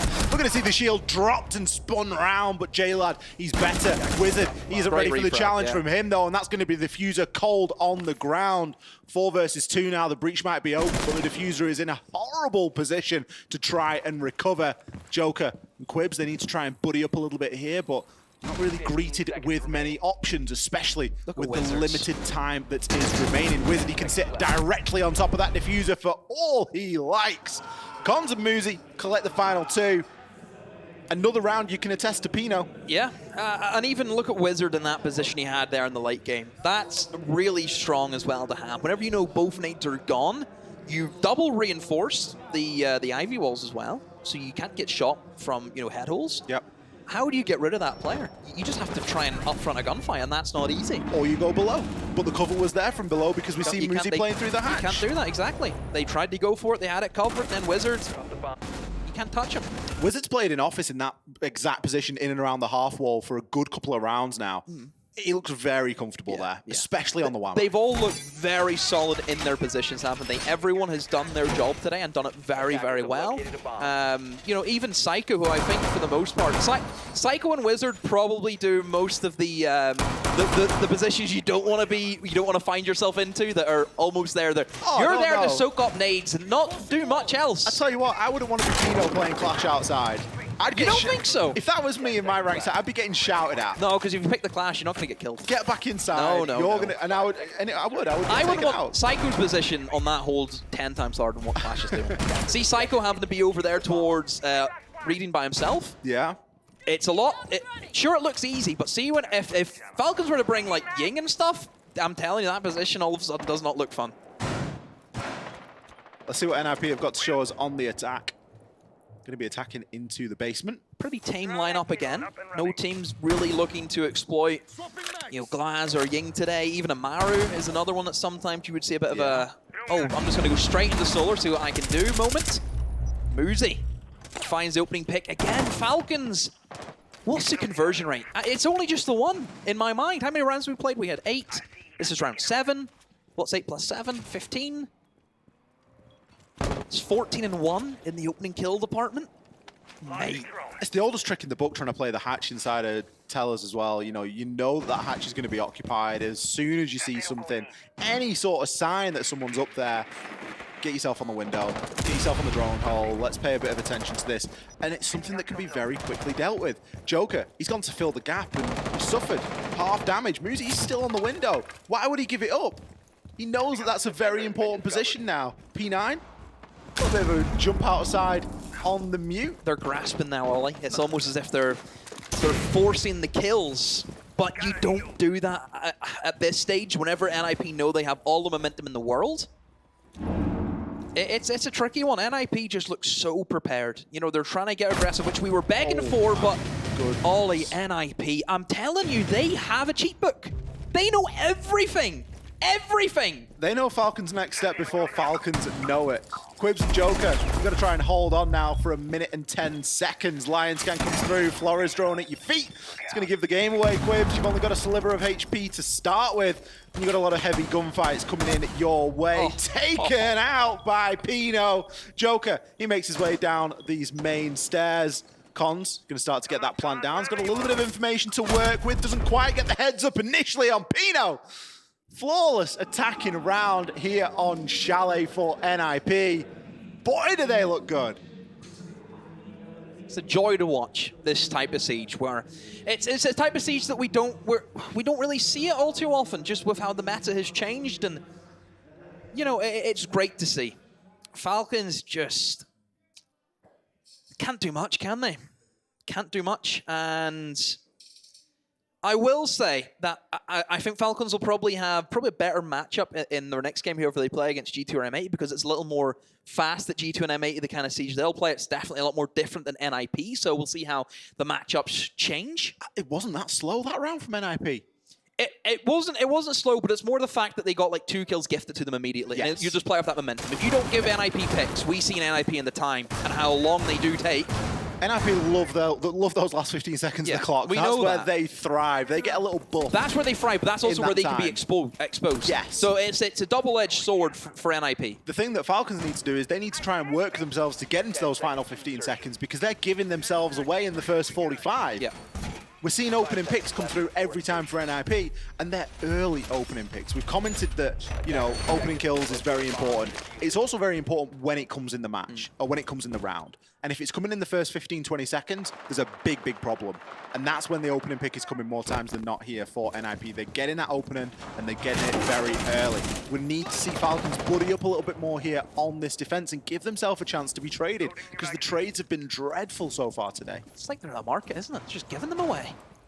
Take them now while they're hot. There's an offer. There is an offer on at the minute. Opening picks. 2 for 1 special. 2 for 1. Love a good 2 for 1. 50% off. Come quick while they're hot. Oh, well, NIP, they're the hot ones right now. Falcons just, they haven't really got a sense of momentum. I mean, they haven't strung together more than 2 rounds. No. You know, they've won 1 round on Cafe, 1 round here. He's taken up an aggressive position. Old Quips has, but it's not a strong one. No one plays there. He's reinforced that 1 wall. For what purpose has that served him? Look at what they've done to achieve that. They've opened a door. Muzi's sat way, way back. Psycho's got a drone in there. They know that somebody's there, and Psycho's able to just shoot through the soft wall. It's very individual tonight. They've barely committed to that push, and they didn't have to. All they had to do was put a little bit of pressure on, and Falcons undid themselves in the rest. Honestly, it's like they've signed up for like a year deal of opening kills here for NIP. That's a good kill to get back from Joker. Now he can maybe cause some issues above, because we know NIP, they like to man-mark everyone, don't they? And whenever they have the opening pick and they have that free man, that's where the chaos starts to ensue. Oh, they've lost 2 now. As Gelato found Pino. That was a quick swing from Pino, probably trying to get a kill back, but it's actually backfired on him. So Falcons all of a sudden are in a very good position. Where NIP now, without having that man advantage, Ollie, this is where they will start to regress and they will start to go backwards almost. This is where Muzi and Cons need to try and find some success here. They do have the hatch open to work with, so they may be able to catch a rotating player out here. They certainly do anything to remove the gadgets off the wall, of which there are none. They're going to be able to open up the long line of sight. Con's going to take his life in his hands there with a bit of a risk, but it'll pay off. He's going to be able to open up this wine cellar wall as well. So even though there's only 40 seconds left on the clock, there's still a good chance here for NIP. They've got a lot of the key win conditions permutated here. There is O-Kills upstairs off-site. This is where we need to see a big explosion from NIP into the site and to try and get something done. But Falcons, they're playing quite relaxed here. They've dug themselves in. They don't need to give themselves away too much. And don't forget about that hatch and that roaming player. P9 going to find one onto Psycho. J-Lad doubles down, cuts off the plant. Cons finds himself too. 10 seconds left. He's got no HP to speak of. He's going to have to try and get it down, but it isn't going to be enough. Just that final 1 second there. See there, they both swung at the same time, one in front, one behind. Just, you know, you can see there's building blocks for Falcons. There really is. I said before, this is not the finished article. This is still a WIP. There's still so much time for this young team to really develop. And, you know, you'll learn more in a loss than what you will in a win. That's no matter what. You'll know that for a fact. And Falcons, you know, I'm not saying they're am I saying that they're going to lose? It's likely that they're going to lose. You know, I'm not going to mess around here, but we'll see how many rounds they can get out of them. But, you know, even moments like that, they can reflect and say, you know, moments like this, we done well. We did do well. Give them credit for it. And yeah, absolutely. This isn't the last game. They still have another game today to play. It's not all over. And they lost the opening pick in that round as well. That could have gone a little bit differently for them. They were still fighting and putting in a good couple of points of damage there, but again, just not quite enough. NIP, I think they got almost surprised a little bit by that roam game. Wizard got very unfortunate up on that top floor. He had a key job of keeping control of the top of West Main. That was one of the big problems, and that forced the switch then from NIP. It forced Cons, it forced Pino upstairs to then try and do something about it. And of course, it's a knock-on effect, isn't it? It's just, this happens and that happens and that. But that's how important one kill can be. Of course. Swampy. Haven't seen too many of those. I'm surprised we didn't see some spawn peaks on Cafe, for example. There was some attempts where there was the odd run out, yeah, but not really the old punch a window, sit on it, hopefully someone runs into your angle. That's, you know, we don't see many of them. Bit of Frost Mats as well. We've seen them play Havoc and Cafe so far, or not Cafe and Chalet. And Falcons had a few issues with them. Let's see if NIP maybe will fall into the same trap. Souls comes in again, and O-Kills, I want to be more vocal. I want to see him drag people over, saying, if you've got a C4, get to me now for a free kill. That's the way it should be.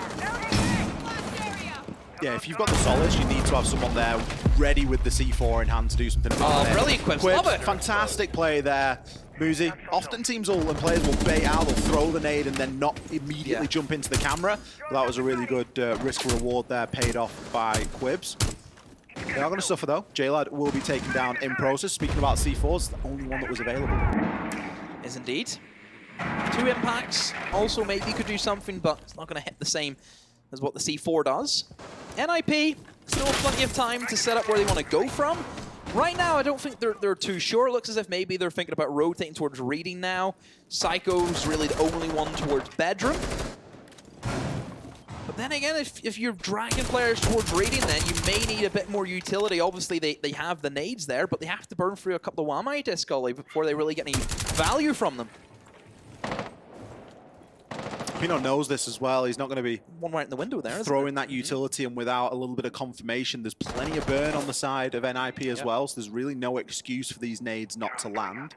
NIP are just stalling out a little bit here. They're going to wait for this Lion Scan to move through. Psycho and Wizard, they're going to trigger the Fenrir gap. They're going to immediately stun out onto the player. Quibs, he's in the hot seat here, still tucked inside of Library.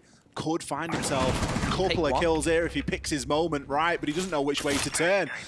Flores drone comes in as Joker is successful onto Wizard. Psycho with the backstab though, trade 1-for-1. Joker has played this round fantastically, can immediately dip himself down and maintain that advantage. They've reinforced the hatch, so NIP don't have a chance only to get into the bar as well, so they're going to be forced into either dropping that dangerous hatch into games, where then you're stuck in a corner, or you have to try and fight your way through the corridors, which again is tricky whenever O-Kills and Joker are both covering each set of doorways. NIP don't really have a good option here, and yeah, drops in. O-Kills goes on check, Console try and go for the refrag, and misses out on that kill. Any more coming? There will be a down onto one. Swings through, oh, P9. Takes a lot of damage, but still gets that single bullet in. Cons put bullets into every single defender there. Siege is a game of one-shot headshots. One down, 2 downs, 3 downs. There is a world where that comes through. Yeah. Cons got a little bit unlucky there, I think. Falcons obviously played it well. They had the crossfire. They'd spread out a little bit. They weren't occupying the site because the vertical control was coming through. Yep. They'd done a good job. They were very successful in the opening part of the round. Well, that's more like it, isn't it? They got the opening pick. Look what happened. Of course, it immediately got traded, but it doesn't matter. Joker played that round fantastically. He really dominated those main stairs. And again, it comes down to the opening pick onto Muzi. Where was he taken out? He was taken out on New Balcony. What does New Balcony do? It cuts a great big line of sight all the way through that top floor. The only issue that they may run into now, Ollie, is they're forced to go to a kind of third bomb site choice for them. They don't have access to downstairs. They don't have bar available to them. They will go for the kitchen. Bringing in the mirror makes an appearance for the first time in this series. Keep that in mind. Are you rejoicing? This mirror window, whenever I use this, I get called a troll, by the way. I use that mirror window. It is a bit of a troll. And I tell people I'm using this mirror window. And then one time, an attacker did get into that closet and did get behind my mirror window, and then someone said, why is there a mirror window there? And I said, not my fault. So, at least I'm always skeptical of mirrors that are placed on soft walls. Always very skeptical of that. Where's the other one, Bob? Is he placed it? It's downstairs on, you know, the kind of little kitchen corridor between West Main and that, and then it faces into the bridge. Which, it's not the strongest one because, of course, it can be, like, naded via window and also bucked above or sledged above, so... And in reality, there's a world where NIP just don't go downstairs. There's one C4 down. You only got one more to worry about. Multipat's causing issues here for Pino trying to slip his drone in. Obviously, Pino is the Buck. He could just open up the door and just sprint through. That's the good thing about Buck. Not only is it, of course, seen as, oh, you have to go in and create this verticality. Opening up barricades, 2 shots, you're in. Moments like that, little pushes, it's great to have an operator like Buck. Pino, it's almost just, he's staying out of the range so he can still see if anyone's on piano door, but again, it's difficult. Nice little trick there from Wizard up the ladder. It's a handy one if you're ever on Oregon. Jump on the grooves. Yeah. The rungs, they are called. The rungs of the ladder. What? The who? Rung. Never heard that word in my life. Pino, still going to be putting a bit of pressure here onto the office balcony. Gonna be trying to remove that Mozzie pest as Wizard. He sees success elsewhere. Opening kill onto O-Kills a lot later on into the round than we've seen previously. NIP, they may look as though they've not done too much in this round, but they've gathered a lot of information. They're setting up, ready to go. That's it. Oh, Quibs. Can barely see the concussions go in, but Gelado finds 2 Ollie with the Mozzie, and Piano but doesn't get the third. That P10 Roni only has 15 bullets in the magazine Ollie. It's not the greatest for taking really more than 2 kills, sometimes only just the 1 you can get. Quibs does go down, the swings back and forth between the Ash. A 2v3, NIP will take the lead. It's up to Joker, it's up to P9 to keep their team in the series. Showcased again there with Quibs. He was struggling with the ammo count there and did get a little bit unfortunate. Wizard going to be holding on to the bottom of the stairs, but P9 goes for some aggression. He's able to take Muzi down and maybe even retake this top floor. Wizard, he's got a mirror window to work with, but he does need to be cautious. Oryx gets caught in the sprint. 3 kills. Can he make it? 4. P9, the only player left alive. Con's going to start to try and go for this plant. Wizard, a quad kill, would see it done. Puts the damage in. The pre-fire comes out, but it isn't going to work. P9 finds himself one. Post-plant. Cons versus P9. He knows where the diffuser is. He's got a little bit of information here. There's yellow pings, there's red pings. Puts the shots in, but Cons scurries away down those main stairs. P9 can start the process of baiting out this diffuser. Maybe go for it from the other side. Does have plenty of time to work with, and it is going to work for him. P9, does he have the metal to stick it? Cons, you've got to aggress, you've got to push up. He does just exactly that. NIP, a thrilling end to the series. Successful here on Chalet. So close. He didn't fake it. He went for it. He said, you know what, I'm just going to stick. If he kills me, he kills me. If not, oh well. Wow, NIP, a close round to finish it off. The mirror window working against the Oryx there, Ollie. Yeah. That's what okay, now I understand what my stack means. Yes, now you understand. Now I understand. So it was the mirror that was downstairs, wasn't it? So it counts and it doesn't. That was a really exciting way to end that game. I want a little bit more. I want more of that. Yeah, I feel like Falcons are just getting warmed up into it, which is good in the context of the tournament. Means that we're going to see them come back hopefully a little bit stronger next game. In terms of NIP, that was the most we've seen them push. They actually had to fight from behind. We've seen NIP play really well today, but we've seen them play well from ahead. We haven't seen them pressured. We haven't seen them with any significant strain on them. The next game will be tougher. We know that. They'll go up against either G2 or M80. That is a much difficult team than what Falcons, of course, will give them. So it's only a matter of time, Ollie, before we see NIP and then really see if they are the real deal. NIP are going to make their way over now for a little bit of a fist bump with the Falcons players. Gets a chance to showcase what a stage we've got. Stage is huge as well, by the way. Honestly, see the dancers earlier, I thought they were real people, but no, they told me they're not real. Were you running in to try and see him? I couldn't see him in real life. Honestly, I thought the massive head was real. It's, you know, something out of Superman. We will have an interview momentarily with one of the players from NIP. We're just waiting for some confirmation as to who that could be, but I would guess, if I was a guessing guy, that it would be T-Chubs or Muzi. Pino did a few stuff with me yesterday. Pino did a little bit. Pino did a little bit with me yesterday, so you maybe got to chat to him yesterday, didn't you? We done some fun content, which I don't know whenever that's getting shown. So we done a fair. I think we done like maybe 2 hours worth of content yesterday. So 2 hours worth of recorded footage of me and some players coming at you soon. Sure that people are marking the calendars for that. This is one of Pino's best moments, speaking of him, jumping out there on the Clash. Oh, unlucky from Quibs. Sending to a bit of a highlight reel here for him, but I think it just goes to show how willing NIP were to take these opportunities that were presented to them. We spoke about NIP as a team that is very good at setting up. We saw a great example of that in the last round, by the way. I was really glad that we got to see. And I thought Cafe was a good showcase for that as well. We did. We get to see almost their thinking time, where there's just one person in a drone, and you know that the comms are just going mental. It's different for us because we've seen them so many times. And you might be 30 seconds, a 5v5. The average viewer at home may be thinking, what's going on? What's the and we're just wait for it. Just wait for it. Yeah, it's coming. I promise you it's coming. I promise you it's coming.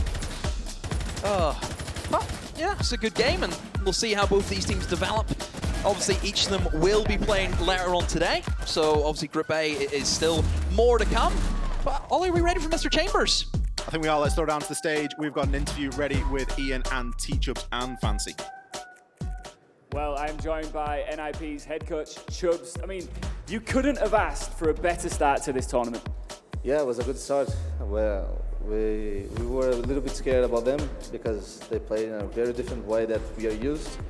So, like, we prepared like very cautious for this match, and it paid well. زي ما تشوفون اعزائنا المشاهدين معنا تشوبز الهيد كوتش للفريق NIP. تكلمنا معاه عن شعوره بعد ما قدروا يخلصون المباراه الاولى بناتج جدا عالي، وخصوصا انه ما بين كلهم من اختيار فالكونز كانوا ماخذينها الدوميننس بالكامل. كان سؤالنا انه وش رايك في الماب هذا؟ بكل بساطه كان يقول احنا كنا خايفين منهم شوي فقط عشان انهم يلعبون بطريقه مختلفه تماما عن اللي احنا نلعبه، بس قدرنا نفوز بالاخير. Chubbs, listen, these guys finished second last year, and you just said, you know, you were expecting maybe a different approach from those guys. Did you sense a different play style? I think a lot of us expected a little bit more aggression, especially on that first map. I think they started a little bit nervous. Like the first game, and they're playing home, so I think it's a lot of pressure. They were like a little bit slower than we were expecting in Cafe, but they definitely went crazy in Chalet against us, and that's the play style that we were expecting them to play. And our game went well, so everything went fine, you know. كنا متوقعين ان فريق فالكونز ممكن يلعبون اجريسيف بشكل اكبر بحكم انه هذا اللي متعودينه من فريق فالكونز اصلا. فهل هو الشيء اللي صار في الجيم متوقع بالنسبه لفريق NIP؟ كان جوابه انه بالعكس، احنا فعلا توقعنا انهم يلعبون اجريسيف بشكل اكبر، لكن بالاخير الجيم الاول لنا ممكن كانوا هم متوترين ايضا وما كانوا في الفورمه حقتهم، لكن بالاخير قدرنا احنا نعيش الجيم بطريقه مره كويسه. You had a decent performance at the last major. How much prep have you put into this tournament? Because, of course, yes, it's silverware. Yes, it's a chance to show that you're one of the best teams, but also there's a lot of money on the line as well, Chubbs, that I know that you're eyeing up. Yeah, we took, I think, 1 week from vacations after the major and take like a lot of preparation. A lot of teams in Brazil didn't even took vacations, so have like a lot of scrims, a lot of very good scrims. And that helped us a lot to prepare for this tournament. And of course, it's like a lot of money involved. And if you convert for our currency, it's like +5, so it's really important. Yeah, and it's probably the most outstanding, most incredible tournament that I've been into my life. So that's why we want to win so much, because everything here is like totally incredible. This should be every single tournament standards, you know. So we put our life on the line every single day to practice and bring our best version here. فريق NIP اخذوا اجازه بعد ما خلصوا من الميجر الاخير وادائهم كان كويس فيه. في الاسبوع هذا بعد ما انتهوا منه رجعوا مره ثانيه السكريمات حقاتهم كان ادائهم فيها مره كويس وقدروا انهم يعني يكونوا مبسوطين في ادائهم. فالان راجعين هم في البطوله هذه بيحاولون يعطون كل اللي عندهم، خصوصا انه الجائزه حقت البطوله جدا جدا مبلغها عالي، نتكلم عن $2 مليون 750,000 للمركز الاول، NIP احد الفرق المرشحه. فاكيد الشيء هذا بيعطيهم دافع جدا كبير، خصوصا انه لو حولوها الى عملتهم زي ما قال تشوبز، انه لو حولناها الى عملتهم بتكون 5 أضعاف المبلغ اللي احنا نتكلم عنه، فاكيد انه الشيء هذا بيكون محفز لهم. All right, just finally from me, I'm not quite sure if this one's done and dusted yet. G2, M8T, who are you after? Who do you want? We'll never choose an opponent. Like, if we play against an M8, it will be fine. Last game went really well for us. And I'll never turn down a game against Alemão, so it'll be always fun to play both of them. So. Absolutely, Brazil versus Brazil. I know you love that. All right, massive thanks to Chubbs. Congratulations to NIP, and of course, commiserations to Team Falcons. Sorry, Fancy, you'll come back though, right? No worries. We'll come back. It's fine. All right, let's cross back now over to the desk to pick apart that series.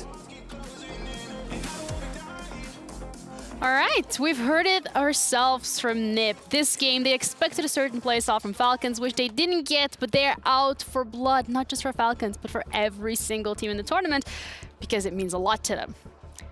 Exactly, yeah. It was good to see that how much it means to them in the interview as well. And if you kind of think about it, right, it's feel like this match has been turned around a little bit in regards of like, oh, we were expecting a slow start maybe from NIP. Yeah. But maybe there was a bit of a slower start actually coming out from Falcons, where there was maybe a little bit of shakes, maybe a little bit of pressure and performing in front of a home crowd. Whereas on the second map, as mentioned, there was more of the playstyle that they were expecting from Falcons to come out as well. But They should have brought that out in the first map because they're now in the lower bracket, and that might make it really difficult. If you look at it, you have to come back within 3 hours against an opponent none other than G2 or M80, so that's looking really tough. It's not the easiest situation to be in, but with that, the STC play post-map analysis is now going to start because we really need to dig further into what we've just seen. Specifically from the side of Falcons, we heard it from Chubbs himself. They really thought that Falcons was going to come out swinging, but that was not the case. So it brings the question again to maybe something that you mentioned earlier on today on the Desk Fresh, the fact that first, last year, when we saw them on the international stage, there really wasn't that much pressure, but now it's really shaky. It does very, very strange things to players and to people. When you're not operating under pressure, you can play your game. You make a mistake, nobody really sees it. Nobody really highlights it. Everyone just says, oh, we didn't, we kind of expected that, so it's fine. Yeah. When you've got the fans, when you've got the expectation that you came second last year, that you've been to the major and done quite well at the major, everyone's like, we think Falcons will do well. That puts you under a microscope, and that makes you start questioning things. It makes your thought process, should I really be doing this? Should I really be taking this risk? The answer's probably yes, but once you've done that double take, you miss the window of opportunity. Yeah. And I felt that's what Falcons were doing a lot today, is where normally and probably in practice in scrims, they're flying into windows and out of windows and being aggressive and being the Falcons we know. They get up on that stage and they start thinking, should I jump out on this guy? It's gone. It's dead. And then, the round's over before they know it. Yeah, it's like those split seconds that they're taking to make those extra decisions, unfortunately, have made the biggest change in these two maps. Exactly, yeah. If you play too passive, what we know Falcons for is that really aggressive, that in-your-face play style. What Eminem said as well is like, oh, we know how these teams felt playing against Falcons in Riyadh, for example. If you don't bring out that same kind of play style, you're basically giving the opponent some free time here. We know NIP sometimes is a bit slow. They take their time getting map control or getting towards the bomb site.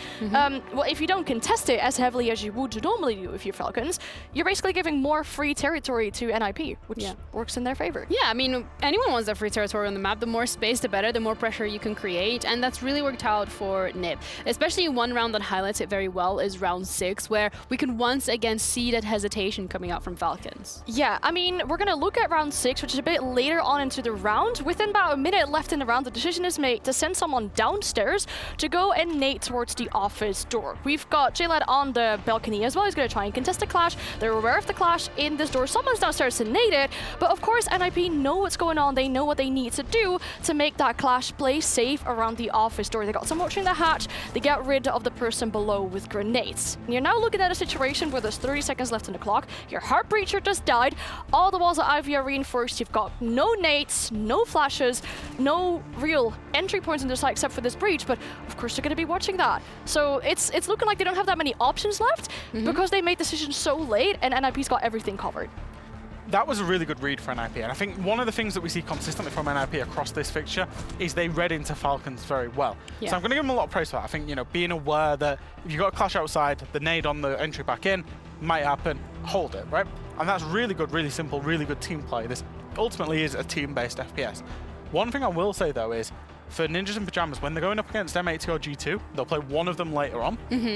The way they set up against Falcons won't be as effective against M80 or G2. Because G2 and M80 will just choose to ignore the utility game side of it and look for a gap and hit that gap. So as much as it's really, really good there from Ninjas, they need to be aware that this might not work against their opponents that they play later on today. Yeah, in the situation, for example, we saw quite a few defensive rounds of NIP where they just bring so many operators with time waste. They bring out Thorin with traps to 1.5. It's been recently added to her as well.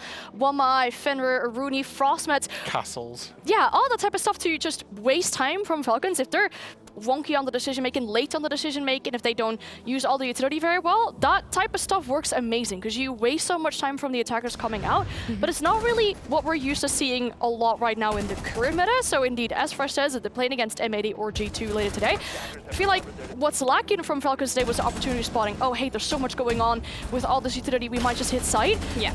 That definitely will be there for G2 and M80, that opportunity spotting and utilizing the space that they have. Yeah, and NIP utilized what they got, they made the best out of it, and with that, they also have the MVP. The Kyria MVP for this matchup is going to be Muzi. I mean, this guy was absolutely going in, guns blazing. It was a blockage in the road for Falcons, and unfortunately, one of the players does force Falcons to go play an elimination match later today.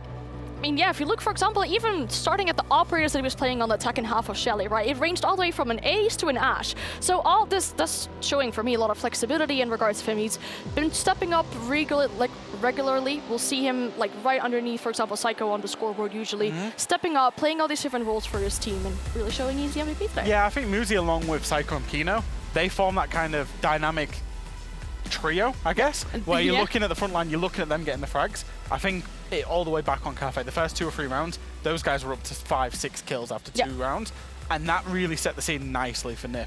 You know, having all 3 of them firing, gonna make it so much easier for that back line to, you know, get the plants down, get the drone work in, and actually just create a lot of space for the team. Yeah, and also one of the really important things that we highlighted earlier today was going to be the Merit Awards. Being the MVP of the match, being the MVP of the R6 in general here at Gamers8 is very important. It carries a lot of weight in terms of that prize pool. But another Merit Award was the most creative fans. And we said it before the game started. Fresh was bragging about how great of a car he could draw, so he did his absolute best and he drew us a green car. You want to submit your Falcons fan creativity, drawing? So this is my drawing for the award. This is for Falcons. This is your official submission? Directly to the camera.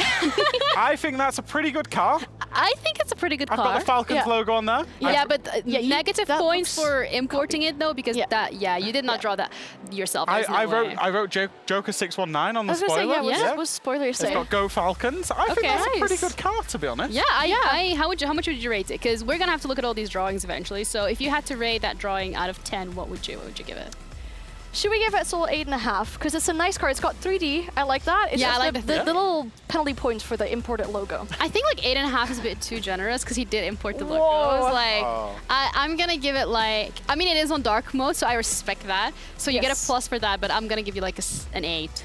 Okay. I think an 8 is good. All right, I'll take that. It's probably higher than you got in school. That's a good average, yeah. Oh, this is where we're going. Wow. Ooh, the hate jokes might be coming out later. Oh no, what have I started? But with that, unfortunately for Falcons, as beautiful as that car is, they're gonna have to get into it and zoom through that elimination match if they want to stay in the competition. But you already highlighted it yourself as well, and we have G2 happening up against M80, and both of these teams, whichever one loses, is gonna be going up against Falcons. That is absolutely crazy to me because that's difficult. Yeah, and if you look at the issues that are happening for Falcons, right, it doesn't seem like a small thing like, oh, we're losing our entry engagements. Oh, this player is not stepping up today.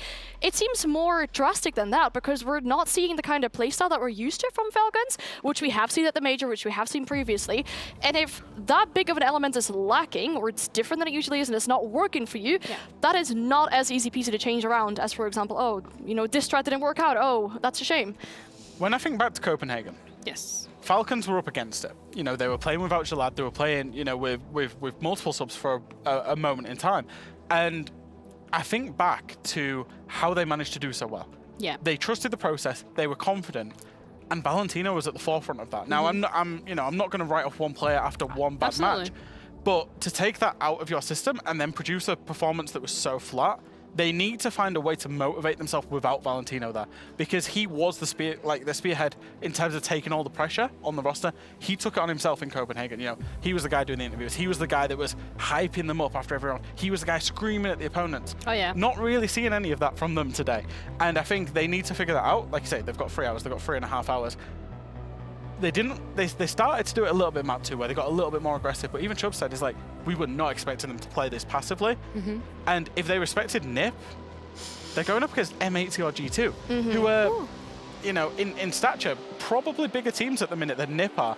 So if they really got to figure that out, so they can hit the ground running, because that is an elimination game. It's not looking good, bro.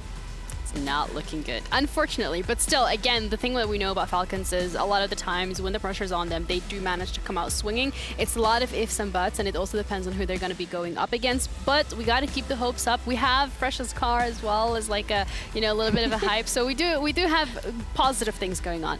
We also have the LG matchup of today. Another positive thing happening today, because that's Oxygen up against BDS. This matchup specifically, I kind of want to talk about it a little bit more before we go into that break, specifically because of the storylines behind it and the weight behind this game for both of these rosters. Yeah, I mean, if we look at BDS, for example, they're the reigning Gamers8 champions, right? They're here to defend their championship title. They're here to come back after, for them, probably a disappointing stage 1. And if you look at the side of Oxygen, think they've had a pretty disappointing for themselves. Stage 1 as well, right after SI, where they both didn't have that bad of a result. I mean, Oxygen got 3rd, BDS didn't make it to the players, which they probably would have wanted to, just trying to right before that big hurdle.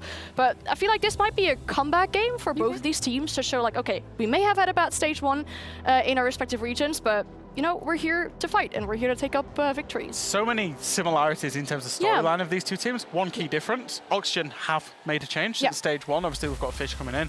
BDS haven't. We know BDS for sticking with their roster. You could maybe even argue a little bit too long to try and work out their issues, but the noise is obviously coming out of there is that they're working on their issues, they're aware of their issues, and they're ready for this tournament. I think both of these teams, it's kind of curious because we've got an 8-team tournament. Neither of these teams have been talked about. But if you look across the last 2 or 3 years, BDS not should have been in like the last 8 of most of the tournaments. BDS have obviously won a major, won a Gamers8. Oxygen, SI, 3rd place. So it's like these teams are coming in, no pressure, no whispers about them, and they're just going to play their game. They gotta play their game, but they also gotta live up to some of these expectations. The LG matchup of today, Oxygen up against BDM. We'll be back after the break, so make sure you get a little bit of rest because this one is gonna be